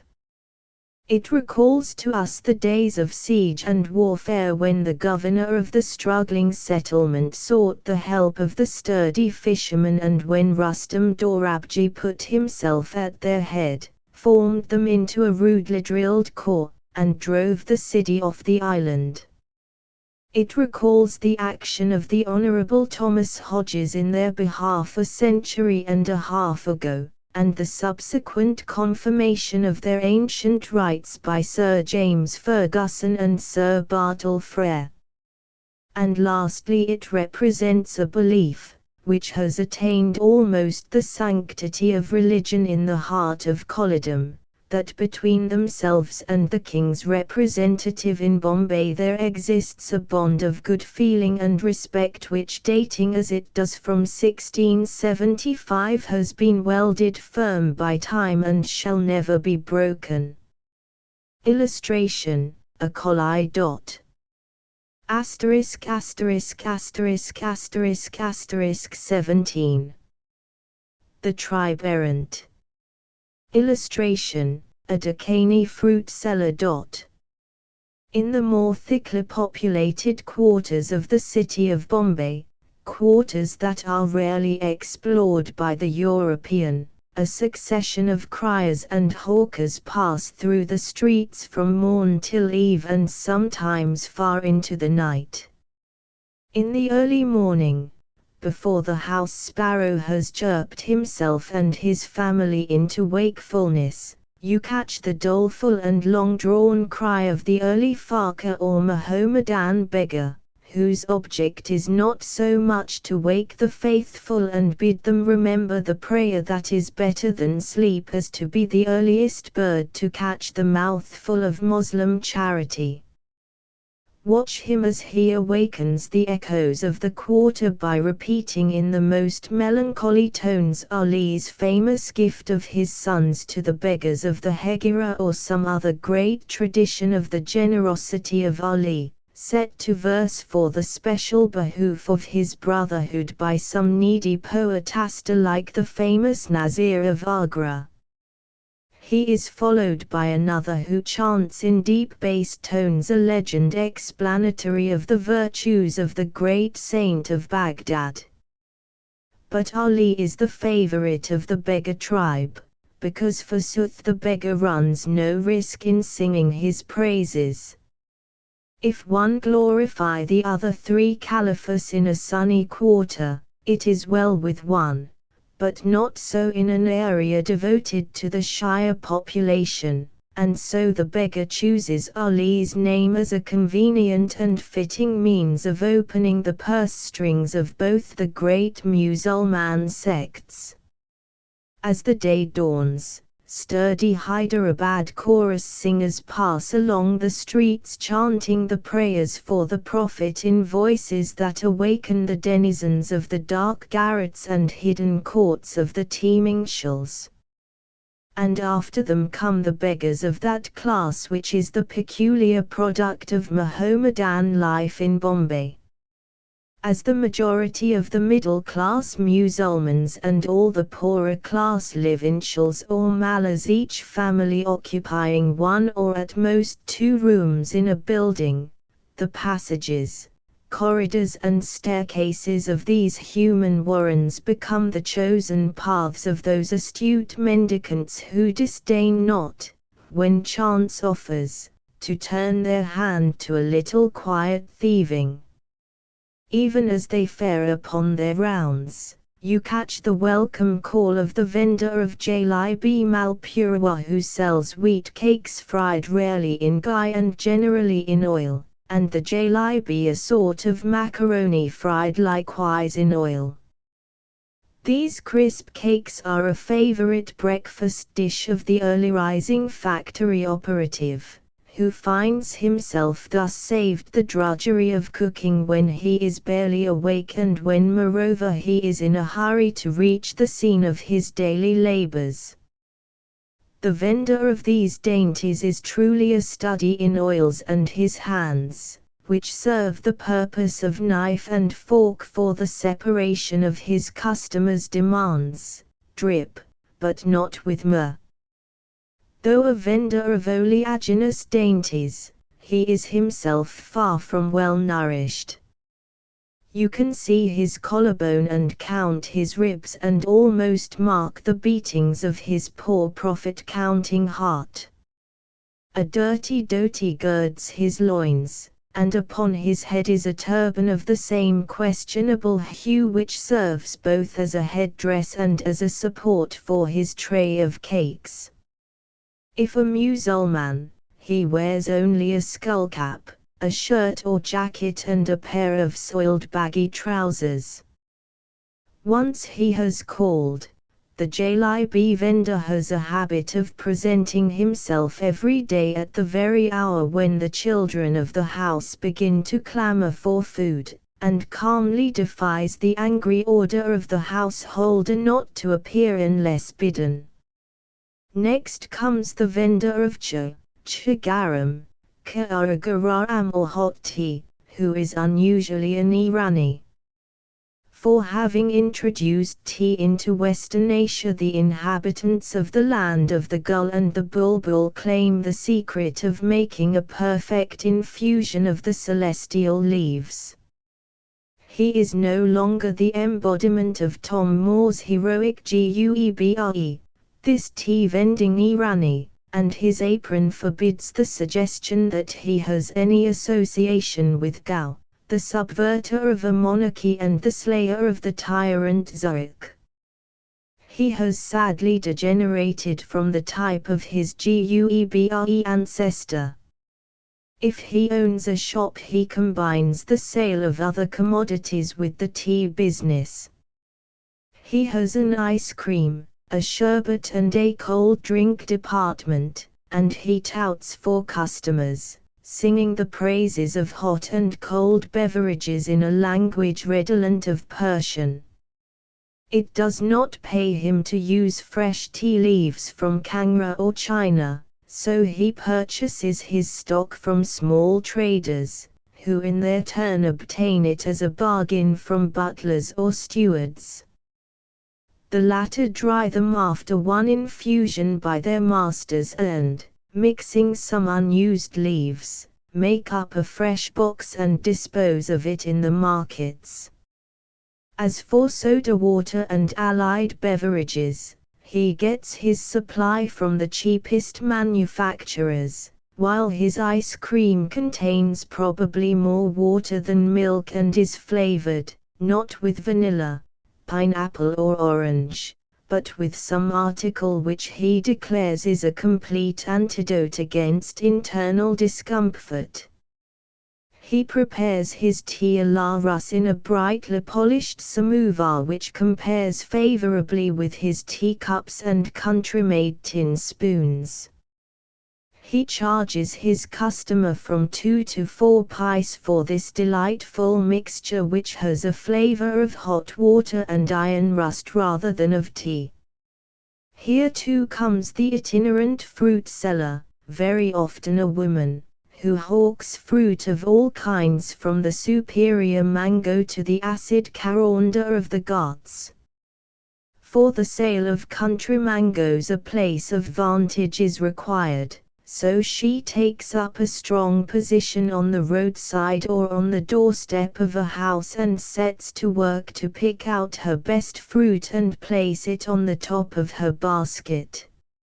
She is generally a Dakhani, either Musulman or Hindu, varying in age from 20 to 40, and is fully capable of conciliating the lord of the Bombay pavements, when he somewhat roughly commands her to move on. Jemadar Sahib she calls him, and if this flattery is insufficient she offers one of her ripest mangoes with a glance that he cannot resist. It is too much for the sepoy, he smiles and tramps off, and she holds her position undisturbed.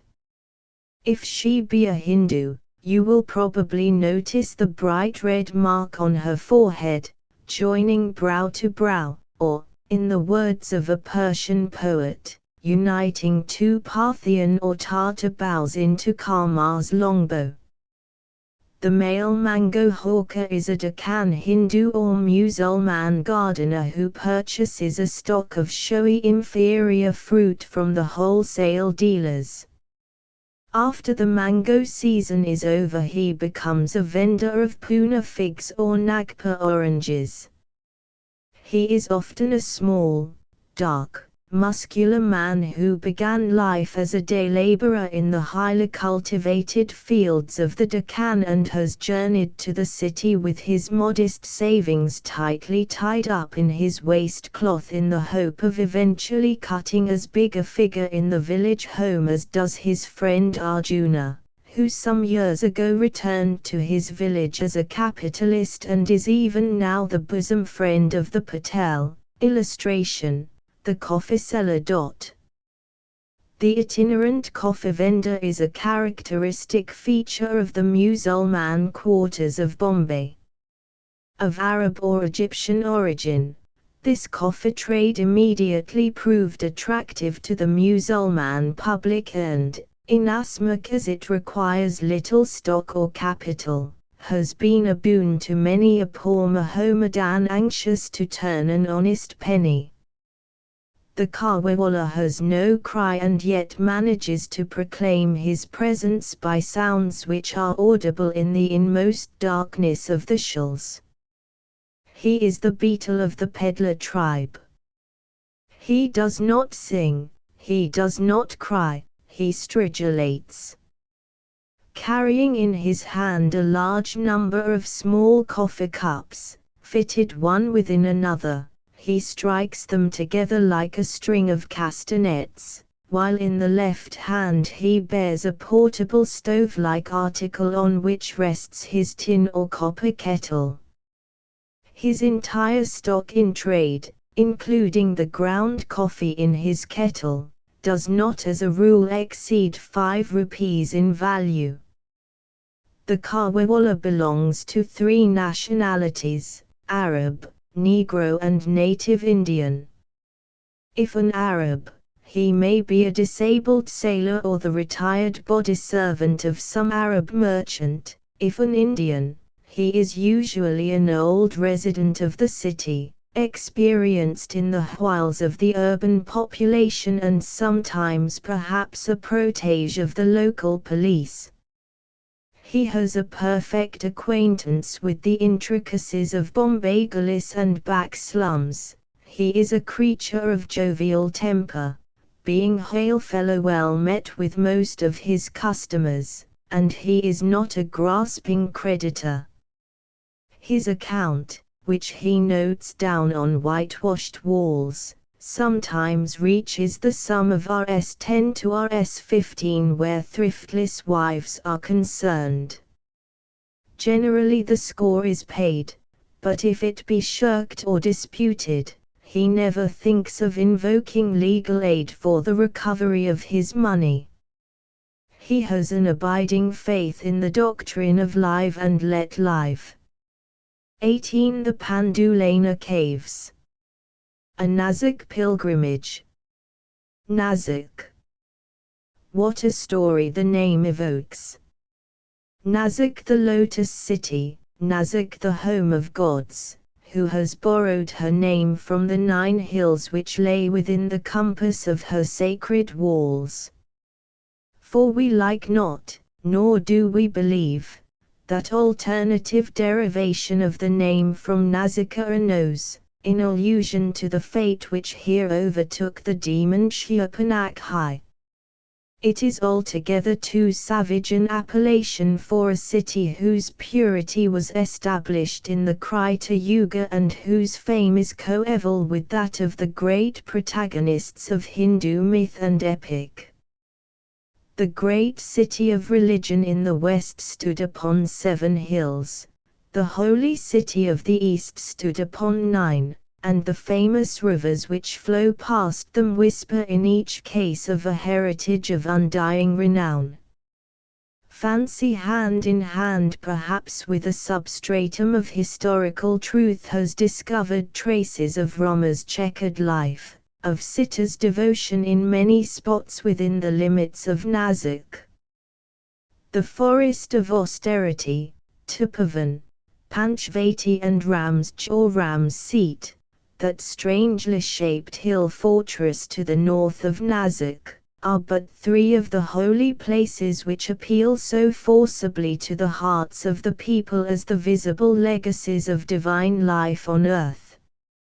But to us the temples and the sacred pools seem nothing by comparison with the mighty monuments of Buddhism, which local wiseacres have erroneously named the Pandulana or Caves of the Pandavas.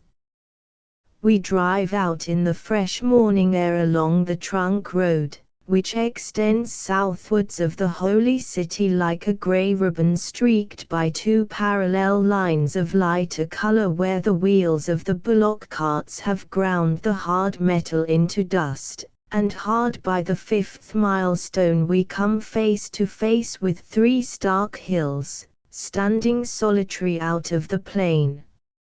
A congeries of Mars huts fringing the roadside marks the most convenient spot for alighting, whence we strike across the belt of level land which divides the highway from the foot of the easternmost of the triad of hills. Trirashmi or triple sunbeam is the name by which the hill is known in 7 of the cave inscriptions, and is held by the learned pundit who wrote the Gazetta account to refer to its pyramidal or triple fire-tongue shape. But is it not conceivable that the hand which carved the earliest of those priceless inscriptions desired to designate the triad of contiguous hills as the triple array and not the eastern hill alone in which the caves have been hewn? Who can tell? When we recall the almost unbroken chain of caves, the Shivna, the Ganesh, the Manmoda and the Tulja, which surround Junna, we suspect that the original intention of those primeval devotees was to carve dwellings and chapels in all three hills, which thus would have surely formed a triple beam of light in honor of the great Master, whom an English missionary has characterized as one of the grandest examples of self-denial and love to humanity which the world has ever produced. A narrow and devious path, worn by the feet of worshippers, leads upward to the broad terrace which fronts the caves. Here you are sheltered from the wind, and peace inviolate broods upon these dwellings of a vanished people, but turn your steps round the western corner and the boisterous breeze will quickly chase you back behind the sheltering bulwarks of the hill. Of the 24 caves, all except the 18th or chapel cave were originally learners or monastic dwellings and contained no images when first their makers gazed upon their work and found it good. But long after their earliest inmates had conquered desire and had gained nirvana for their souls, the followers of the Mahayana school from northern India took the dwellings for their own use and carved out of the austere walls of their precursors' cells those images and idols which are now the chief feature of the caves. Buddha seated upon the lion throne and the figures of his bodhisattvas with their fly whisks are symbols of a later and more idolatrous form of Buddhism and are several centuries later than the days, BC 110, when the great monk, Sramana, fashioned the 19th cave in the reign of Krishna the Satyakani. Nor has vandalism in the guise of the Mahayana school been alone at work here. The 10th cave once contained a relic shrine or Dagobah similar to the relic shrines at Kali, Shivna and Ganesh Lena, but in its place now stands a hideous figure of bearer for flame with red lead, and naught remains to testify to the former presence of the shrine save the Buddhist tea capital, the umbrellas and the flags which surmounted it. The 11th cave bears traces of Jain sacrilege in the blue figure of the Tirthankar or hiearch who sits cross-legged in the back wall and in the figure of Ambika on the right. But the most conspicuous example of the alteration of ancient monuments to suit the needs of latecomers is the 20th cave, where the colossal Buddha, who muses with his attendants in the dense darkness of the inner shrine, has been smeared with black pigment and adorned with gold tinsel and is proudly introduced to you by the local pujari as Dharmaraja, the eldest of the 5 Pandavas, the surrounding bodhisattvas being metamorphosed into Nakula, Sahadeva, Bhima, Arjuna, Krishna and Draupadi, the joint wife of the five. Alas for the perfect one in whose honor, as the inscription tells us, the wife of the great warlord Bhavagopal commenced building the cave in BC 50. He has long been forgotten, and the hand which he uplifts in token of the four verities, discovered after great agony and temptation beneath the tree of wisdom, is now pointed out as the wrathful hand of the demigod of the Mahabharata. Once and once only in these later days has the Buddha evinced his displeasure at the modernization of his ancient shrine. About the year 1880 came hither a Bairagi, naked and wild, who walled off a corner of the cave and raised a clay altar to his puny god. Sacrilege intolerable. And the Buddha through the hand of an avaricious Kali smote him unto death and hurled his naked corpse downhill. The titanic figure is still worshipped by the Hindus. Flowers and lighted lamps are daily offered up to him by the ignorant Hindu priest, but he sits immutable, inarticulate, content in the knowledge that to them that have understanding his real message of humanitarianism speaks through the clouds of falsehood which now enwrap his presence. Much might be written of the strange medley of creeds which are symbolized in these caves. The Nagdevas with their serpent canopies, which are relics of a primordial sun and serpent worship totally foreign to pure Buddhism, appear side by side with the swastika or life symbol of the greater creed, with the lotus and other symbols of a phallic cult, and as in the small cistern near Cave 14 with the female face representing the low-class Hindu belief in the divinity of the smallpox.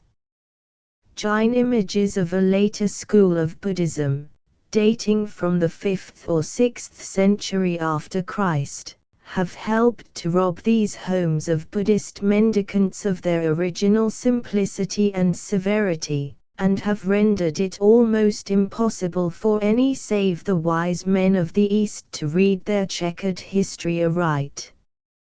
In almost the last cave we entered, where two standing figures on the right and left mount guard over the well-known image of the Master, our footsteps roused a large female rat and her young, which crawled up the silent seated figure and took refuge on the very crown of its head. Sanctuary. So we turned aside to scrutinize the strange symbolical figures of the 24th cave and the stories of the chaste and unchaste wives which are hewn in the ornamental gateway of the third. From the terrace in front of the caves a fine panorama greets the eye.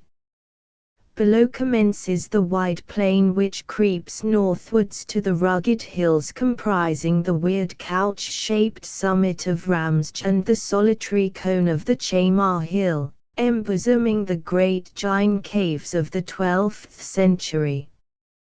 Beyond the Chamar cone climb heavenwards the castellated pinnacles of the Chanda range, mist-shrouded in this monsoon season.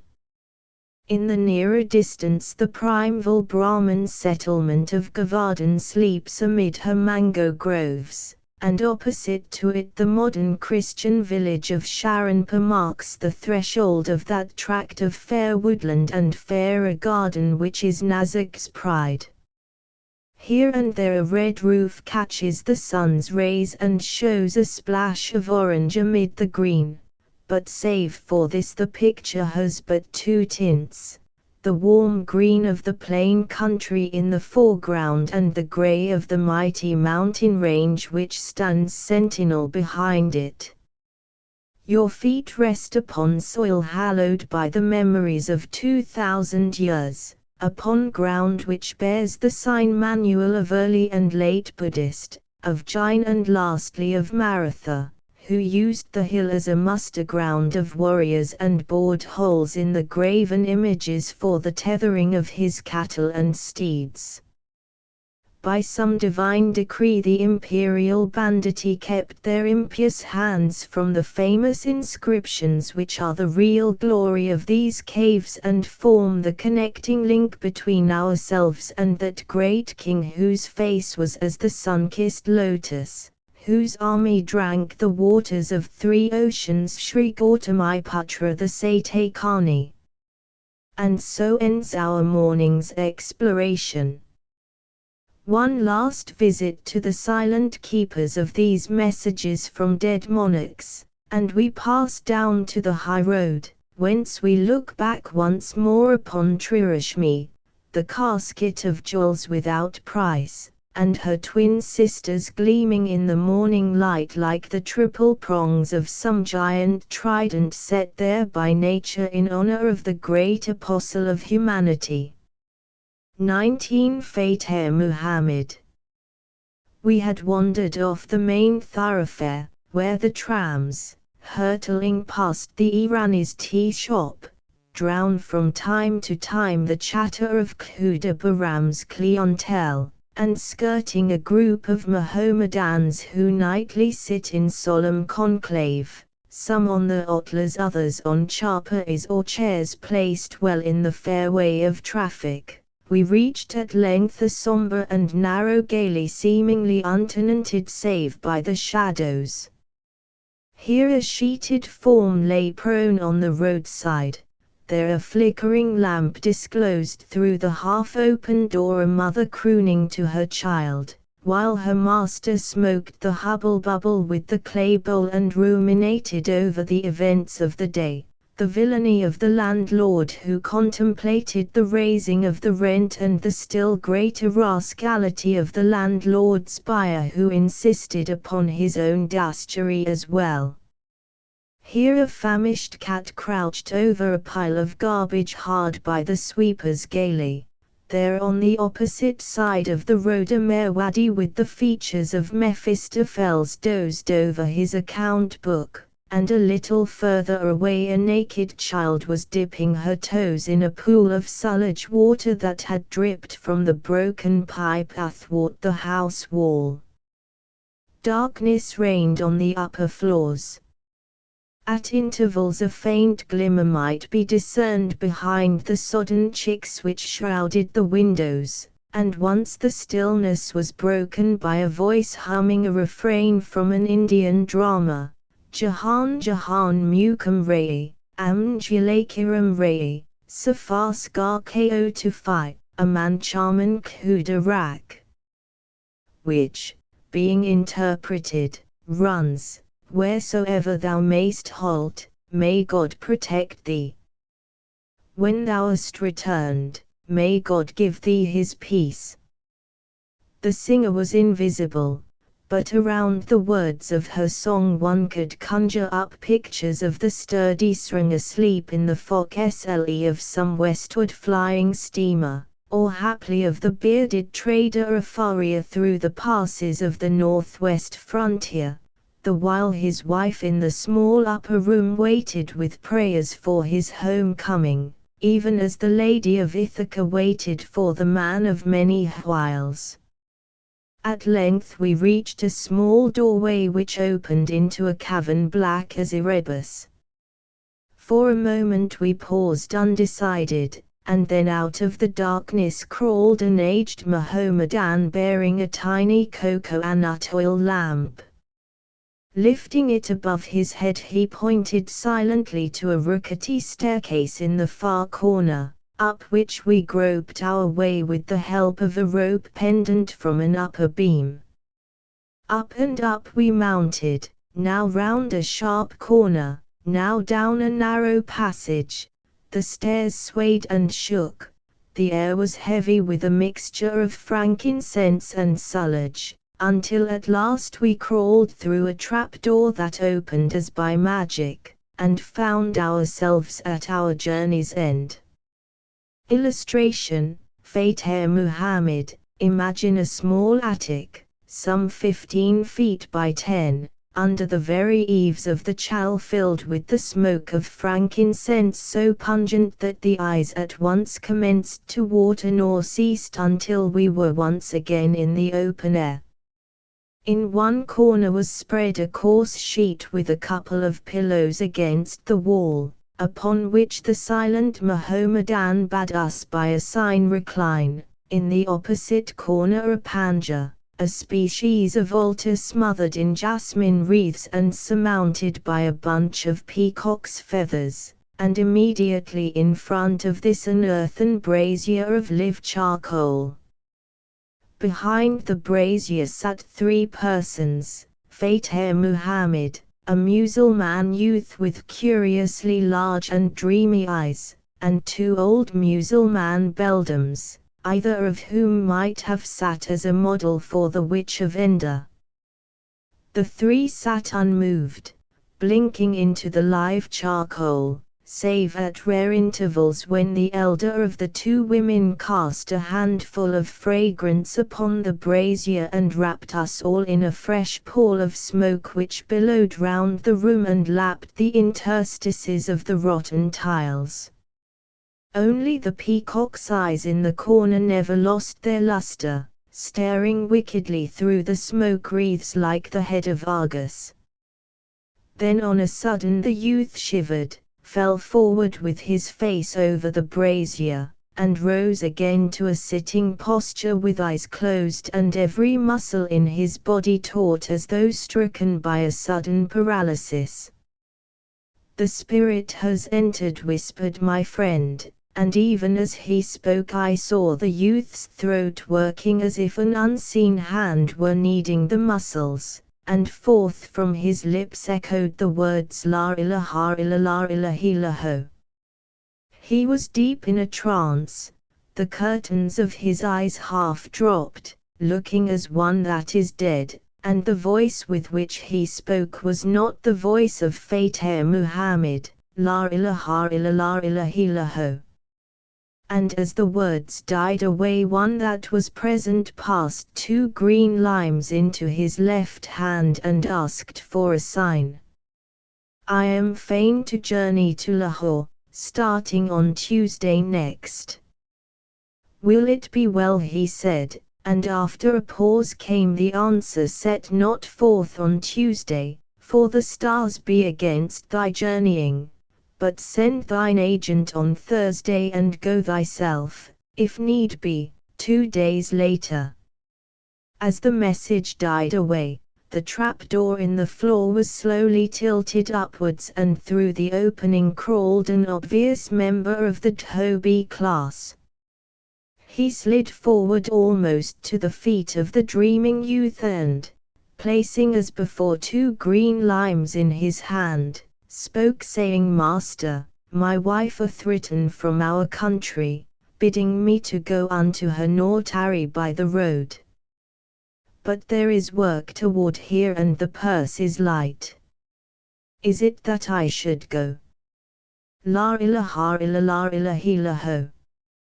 "I, go unto her, lest evil haply befall thee, for much is there that is hid from thine eyes." Thus the chaunce went forward. For 20 minutes or more odd waifs and strays of humanity crawled in through the trapdoor, obtained their message of good or ill, and departed into the shadows as silently as they had come. Among them were several women, one of whom sought a cure for her sick child, whimpering over the symptoms of his malady. "Meningitis, I expect," muttered my friend the doctor, but the answer came swift and sure, "Bind thou the tarvise round his brows and carry him to the shrine of Miran Data, whence cometh thy help. La ilaha illallah illallah." The end came suddenly. After the last visitor had vanished through the floor there was dead silence for 3 minutes, while Fateh Muhammad wrestled with the spirit within him, and then with chest heaving and hands convulsively grasping the heavy air, he fell prone upon his face and lay still. The two old women moved forward and commenced making passes over his body, murmuring the while some charm, and as they waved the 7-knotted handkerchief above his head he regained consciousness and sat slowly up, breathing like one that hath an evil dream and bearing upon his features the signs of deathly fatigue. By this time the attic was almost clear of smoke. The guttering wick of the only oil lamp was nearly burnt through, and Fateh Muhammad was fain to sleep. Wherefore we thanked him for permitting us this glance behind the curtain of his daily life, then crawled through the trap, slid down the reeking staircase and gained the street. One last glance, as my eyes reached the floor level of the trap, showed me that the room was untenanted, save by the prostrate form of the visionary, above whom the eyes of the peacock still glinted with something of mockery in their blue depths. As we passed homewards down the street we heard the woman in the upper chamber still singing her prayer, but with a note of hope in its cadence. O Dilruba tu gamnuk ho, Khuda Hamen Baham Kariya Yana Jahan Pulo Nahai, Karim Seda Karam Kariya. Grieve not, heart of my heart, for God will order our meeting. Soul of the world, forget not, and may the peace of God be on us twain. Perchance she also, like Fateh Muhammad's guests, had caught a message of good hap from out the darkness. And so back to the light and the noise of the city's greatest artery. XX The Tilak Riots. A Reminiscence. Written August 1908. Affairs in the city may now be regarded as having resumed their normal course, and the chance of further disorder seems for the present to have been obviated. One of the most curious features of the disturbances was the difference of feeling exhibited by the two classes of mill operatives, namely the Gators and the Malwanis. Of the whole mill population one would have assumed that the Kunbis from the Deccan, where Tilak is stated to have so great a following, would have shown a greater disposition to riot in consequence of his arrest and conviction than the men from Ratnagiri.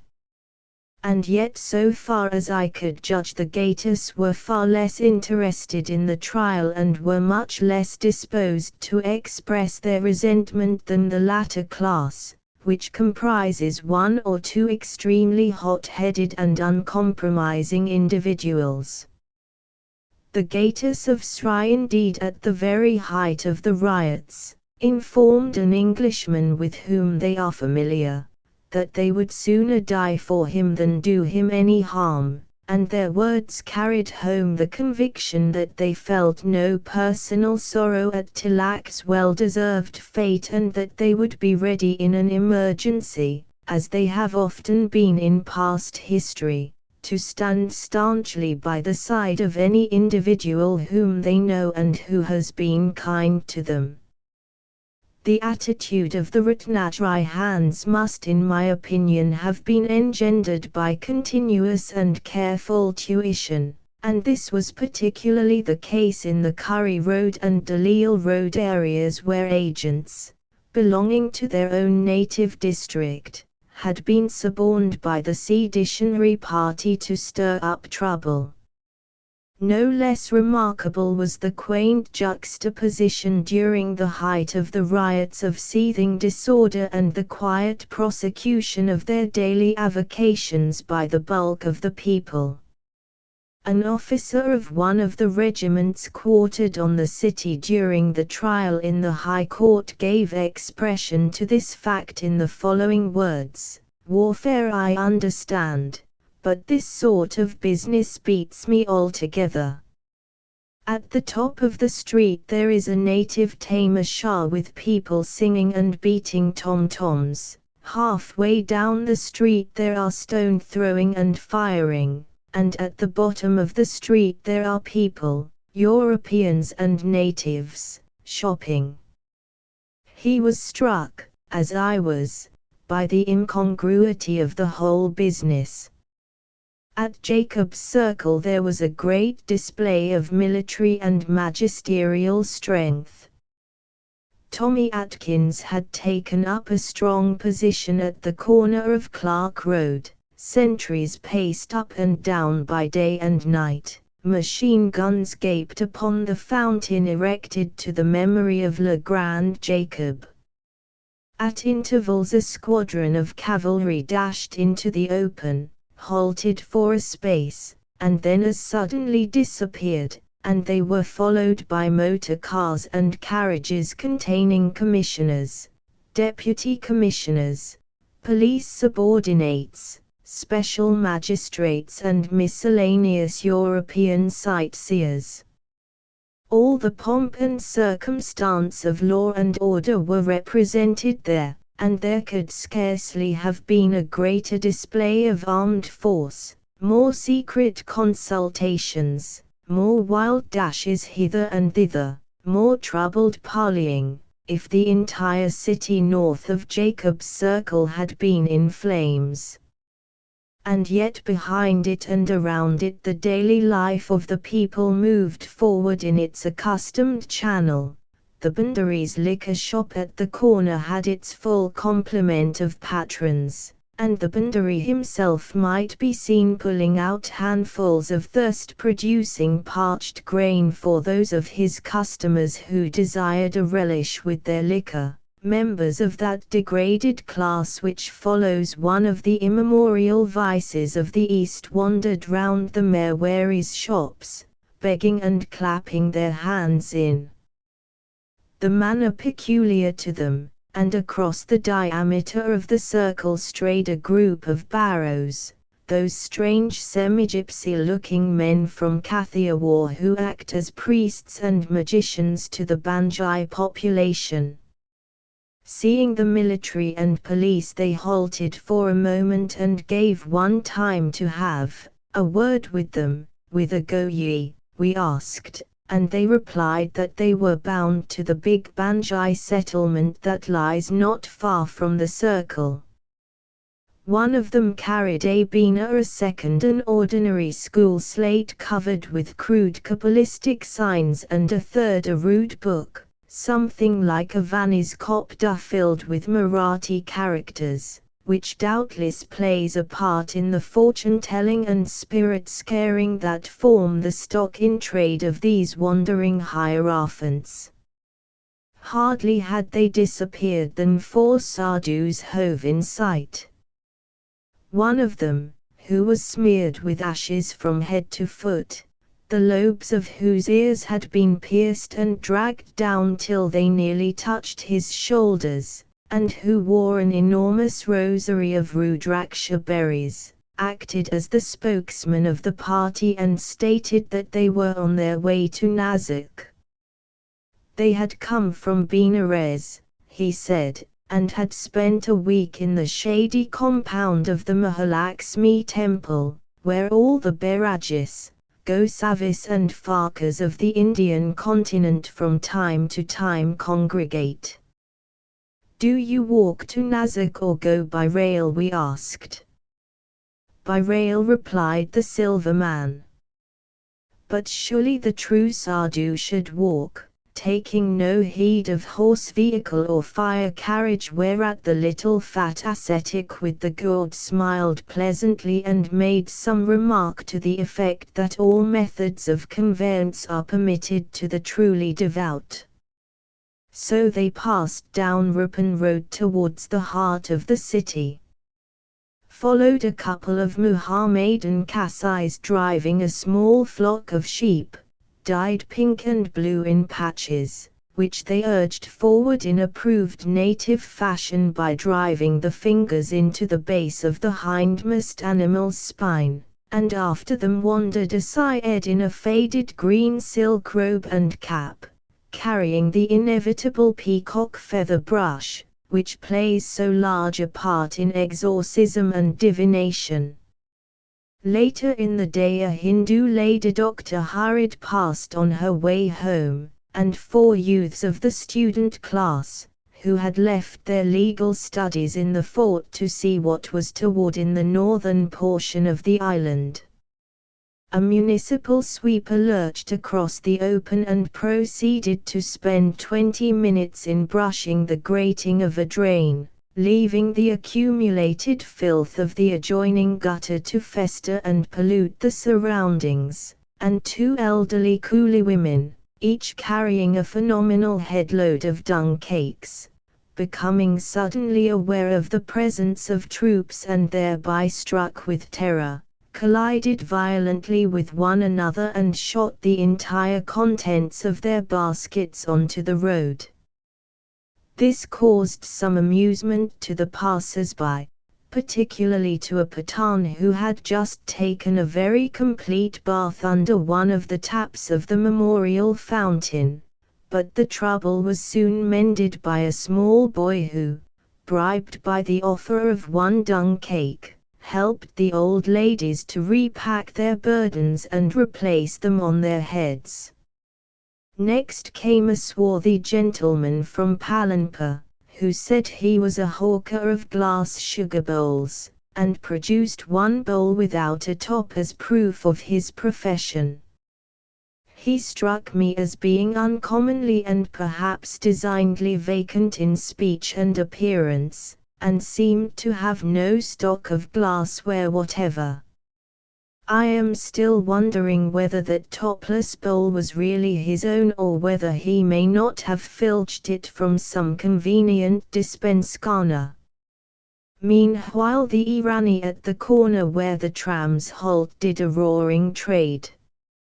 He must have boiled his tea leaves 4 and 5 times over in order to supply the constant demands for adhar kopka preferred by casual visitors who had come up out of the city to see what was going on. Memons, Baras, Kohas, Jews, Eurasians and Europeans all patronized his shop during the days of tumult, and the amount of soda water, pick-me-up and raspberry which was consumed was phenomenal. It was as good as a play to watch the constant stream of people who came out to have a look at the soldiers and to hear their remarks on the situation.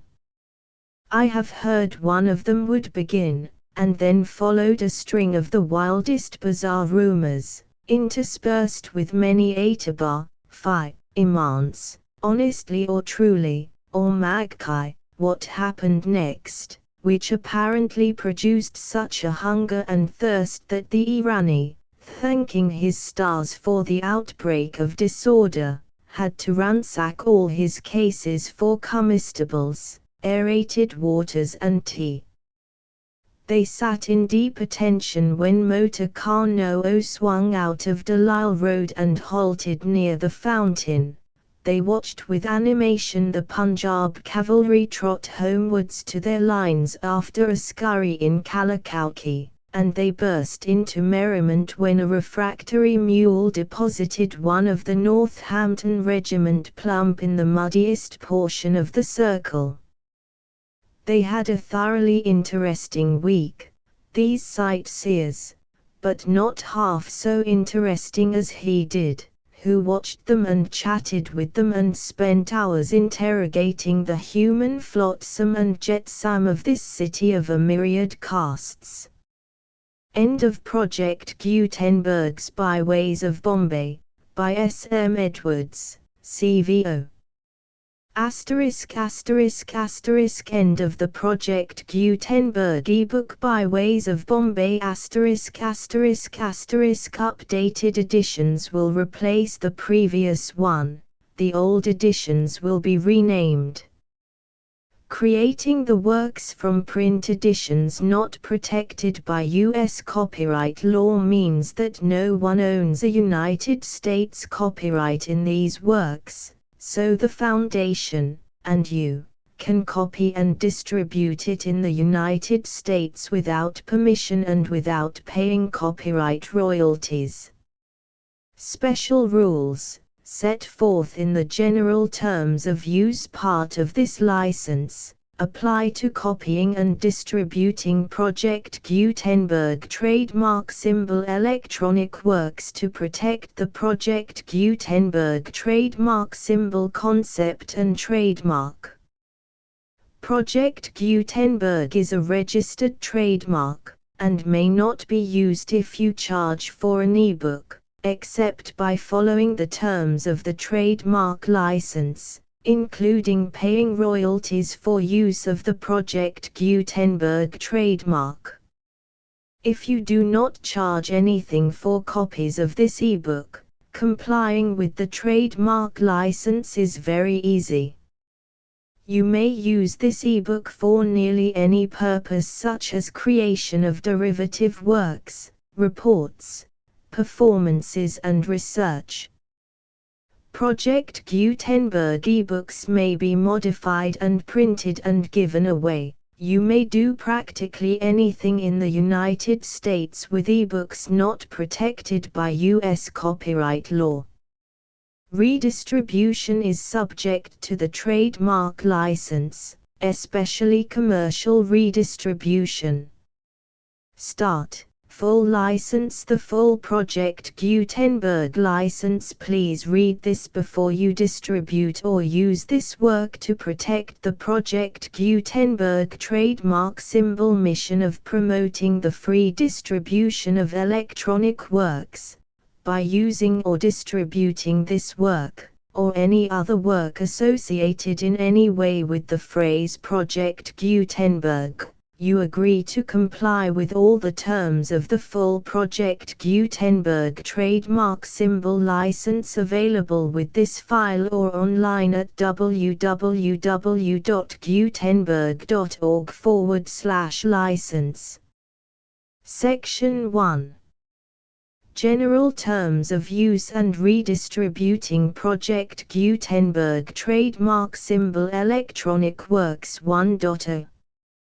By reading or using any part of this Project Gutenberg trademark symbol electronic work, you indicate that you have read, understand, agree to and accept all the terms of this license and intellectual property, trademark/copyright, agreement. If you do not agree to abide by all the terms of this agreement, you must cease using and return or destroy all copies of Project Gutenberg trademark symbol electronic works in your possession. If you paid a fee for obtaining a copy of or access to a Project Gutenberg trademark symbol electronic work and you do not agree to be bound by the terms of this agreement, you may obtain a refund from the person or entity to whom you paid the fee as set forth in paragraph 1.e.8. 1.b. Project Gutenberg is a registered trademark.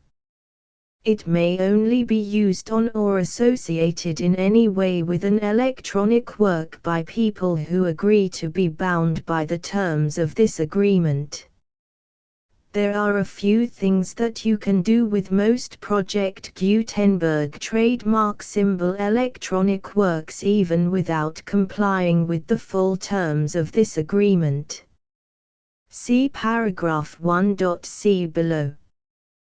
There are a lot of things you can do with Project Gutenberg trademark symbol electronic works if you follow the terms of this agreement and help preserve free future access to Project Gutenberg trademark symbol electronic works. See paragraph 1.e below. 1.c. The Project Gutenberg Literary Archive Foundation, the Foundation or PGLAF, owns a compilation copyright in the collection of Project Gutenberg trademark symbol electronic works. Nearly all the individual works in the collection are in the public domain in the United States. If an individual work is unprotected by copyright law in the United States and you are located in the United States, We do not claim a right to prevent you from copying, distributing, performing, displaying or creating derivative works based on the work as long as all references to Project Gutenberg are removed. Of course, we hope that you will support the Project Gutenberg trademark symbol mission of promoting free access to electronic works by freely sharing Project Gutenberg trademark symbol works in compliance with the terms of this agreement for keeping the Project Gutenberg trademark symbol name associated with the work.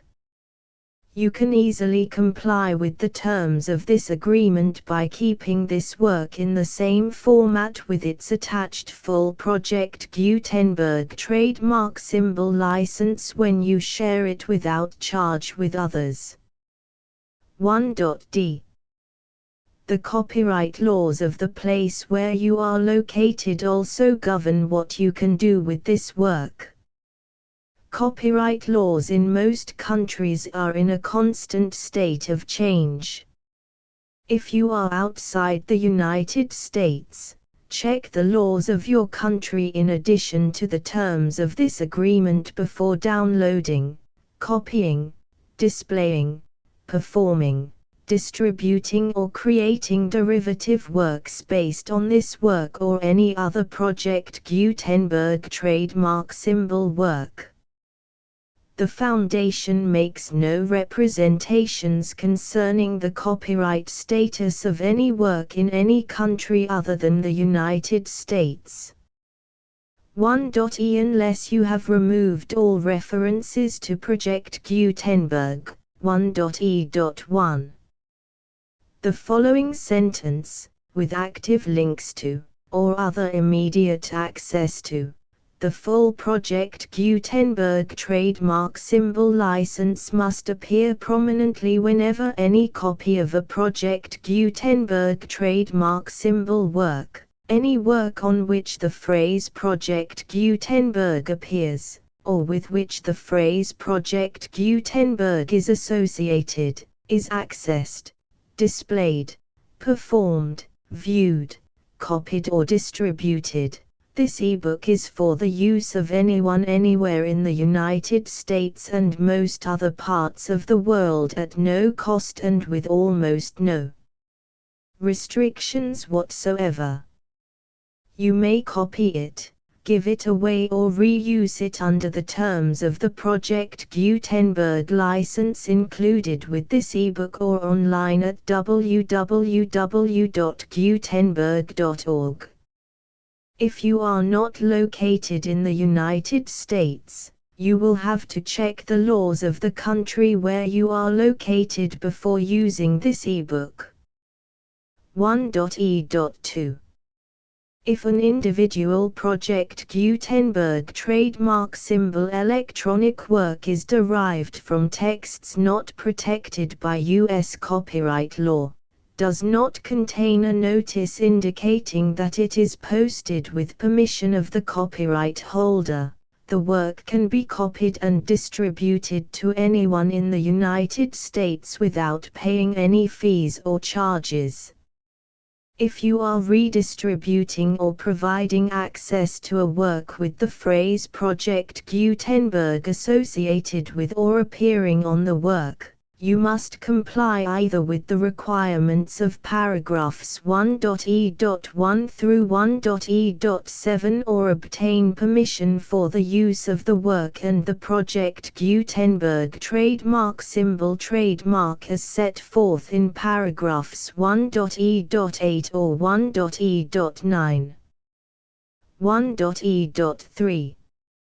If an individual Project Gutenberg trademark symbol electronic work is posted with the permission of the copyright holder, your use and distribution must comply with both paragraphs 1.e.1 through 1.e.7 and any additional terms imposed by the copyright holder. Additional terms will be linked to the Project Gutenberg trademark symbol license for all works posted with the permission of the copyright holder found at the beginning of this work. 1.e.4 Do not unlink or detach or remove the full Project Gutenberg trademark symbol license terms from this work, or any files containing a part of this work or any other work associated with Project Gutenberg trademark symbol. 1.e.5 Do not copy, display, perform, distribute or redistribute this electronic work, or any part of this electronic work, without prominently displaying the sentence set forth in paragraph 1.e.1 with active links or immediate access to the full terms of the Project Gutenberg trademark symbol license. 1.e.6 You may convert to and distribute this work in any binary, compressed, marked up, non-proprietary or proprietary form, including any word processing or hypertext form. However, if you provide access to or distribute copies of a Project Gutenberg trademark symbol work in a format other than plain vanilla ASCII or other format used in the official version posted on the official Project Gutenberg trademark symbol website, www.gutenberg.org, you must, at no additional cost, fee or expense to the user, provide a copy, a means of exporting a copy, or a means of obtaining a copy upon request, of the work in its original plain vanilla ASCII or other form.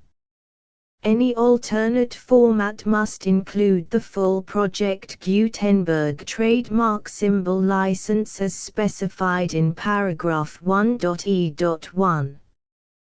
1.e.7 Do not charge a fee for access to, viewing, displaying, performing, copying or distributing any Project Gutenberg trademark symbol works unless you comply with paragraph 1.e.8 or 1.e.9. 1.e.8 You may charge a reasonable fee for copies of or providing access to or distributing Project Gutenberg trademark symbol electronic works provided that you pay a royalty fee of 20% of the gross profits you derive from the use of Project Gutenberg trademark symbol works calculated using the method you already use to calculate your applicable taxes. The fee is owed to the owner of the Project Gutenberg trademark symbol trademark, but he has agreed to donate royalties under this paragraph to the Project Gutenberg Literary Archive Foundation. Royalty payments must be paid within 60 days following each date on which you prepare, or are legally required to prepare, your periodic tax returns. Royalty payments should be clearly marked as such and sent to the Project Gutenberg Literary Archive Foundation at the address specified in Section 4, Information about donations to the Project Gutenberg Literary Archive Foundation. You provide a full refund of any money paid by a user who notifies you in writing, or by email, within 30 days of receipt that he does not agree to the terms of the full Project Gutenberg trademark symbol license. You must require such a user to return or destroy all copies of the works possessed in a physical medium and discontinue all use of and all access to other copies of Project Gutenberg trademark symbol works. You provide, in accordance with paragraph 1.f.3, a full refund of any money paid for a work or a replacement copy, If a defect in the electronic work is discovered and reported to you within 90 days of receipt of the work, you comply with all other terms of this agreement for free distribution of Project Gutenberg trademark symbol works. 1.e.9. If you wish to charge a fee or distribute a Project Gutenberg trademark symbol electronic work or group of works on different terms than are set forth in this agreement, you must obtain permission in writing from the Project Gutenberg Literary Archive Foundation, the manager of the Project Gutenberg trademark symbol trademark. Contact the Foundation as set forth in Section 3 below. 1.f1.f.1. Project Gutenberg volunteers and employees expend considerable effort to identify, do copyright research on, transcribe and proofread works not protected by U.S. copyright law in creating the Project Gutenberg trademark symbol collection. Despite these efforts, Project Gutenberg trademark symbol electronic works, and the medium on which they may be stored, may contain defects such as, but not limited to, incomplete, inaccurate or corrupt data, transcription errors, a copyright or other intellectual property infringement, a defective or damaged disk or other medium, a computer virus, or computer codes that damage or cannot be read by your equipment. 1.f.2.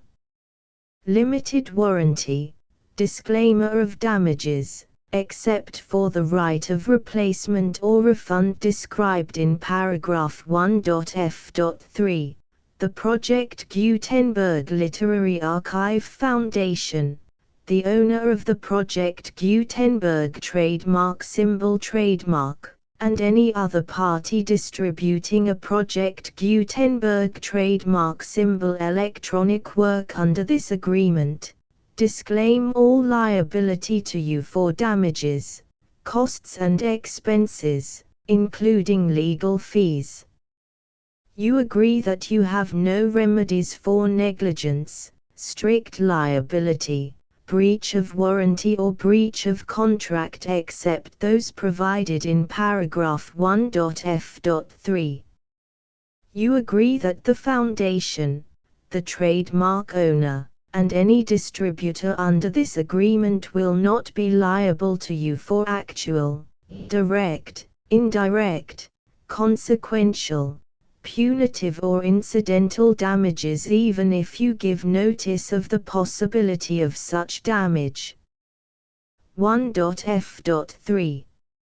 Limited right of replacement or refund. If you discover a defect in this electronic work within 90 days of receiving it, you can receive a refund of the money, if any, you paid for it by sending a written explanation to the person you received the work from. If you received the work on a physical medium, you must return the medium with your written explanation. The person or entity that provided you with the defective work may elect to provide a replacement copy in lieu of a refund. If you received the work electronically, the person or entity providing it to you may choose to give you a second opportunity to receive the work electronically in lieu of a refund. If the second copy is also defective, you may demand a refund in writing without further opportunities to fix the problem. 1.f.4. Except for the limited right of replacement or refund set forth in paragraph 1.f.3, this work is provided to you as is, with no other warranties of any kind, express or implied, including but not limited to warranties of merchantability or fitness for any purpose. 1.f.5. Some states do not allow disclaimers of certain implied warranties or the exclusion or limitation of certain types of damages. If any disclaimer or limitation set forth in this agreement violates the law of the state applicable to this agreement, the agreement shall be interpreted to make the maximum disclaimer or limitation permitted by the applicable state law. The invalidity or unenforceability of any provision of this agreement shall not void the remaining provisions. 1.f.6 Indemnity. You agree to indemnify and hold the foundation, the trademark owner, any agent or employee of the foundation, anyone providing copies of Project Gutenberg trademark symbol electronic works in accordance with this agreement, and any volunteers associated with the production, promotion and distribution of Project Gutenberg trademark symbol electronic works, harmless from all liability, costs and expenses, including legal fees, that arise directly or indirectly from any of the following which you do or cause to occur. A. Distribution of this or any Project Gutenberg trademark symbol work. B. Alteration, modification, or additions or deletions to any Project Gutenberg trademark symbol work, and C. Any defect you cause. Section 2.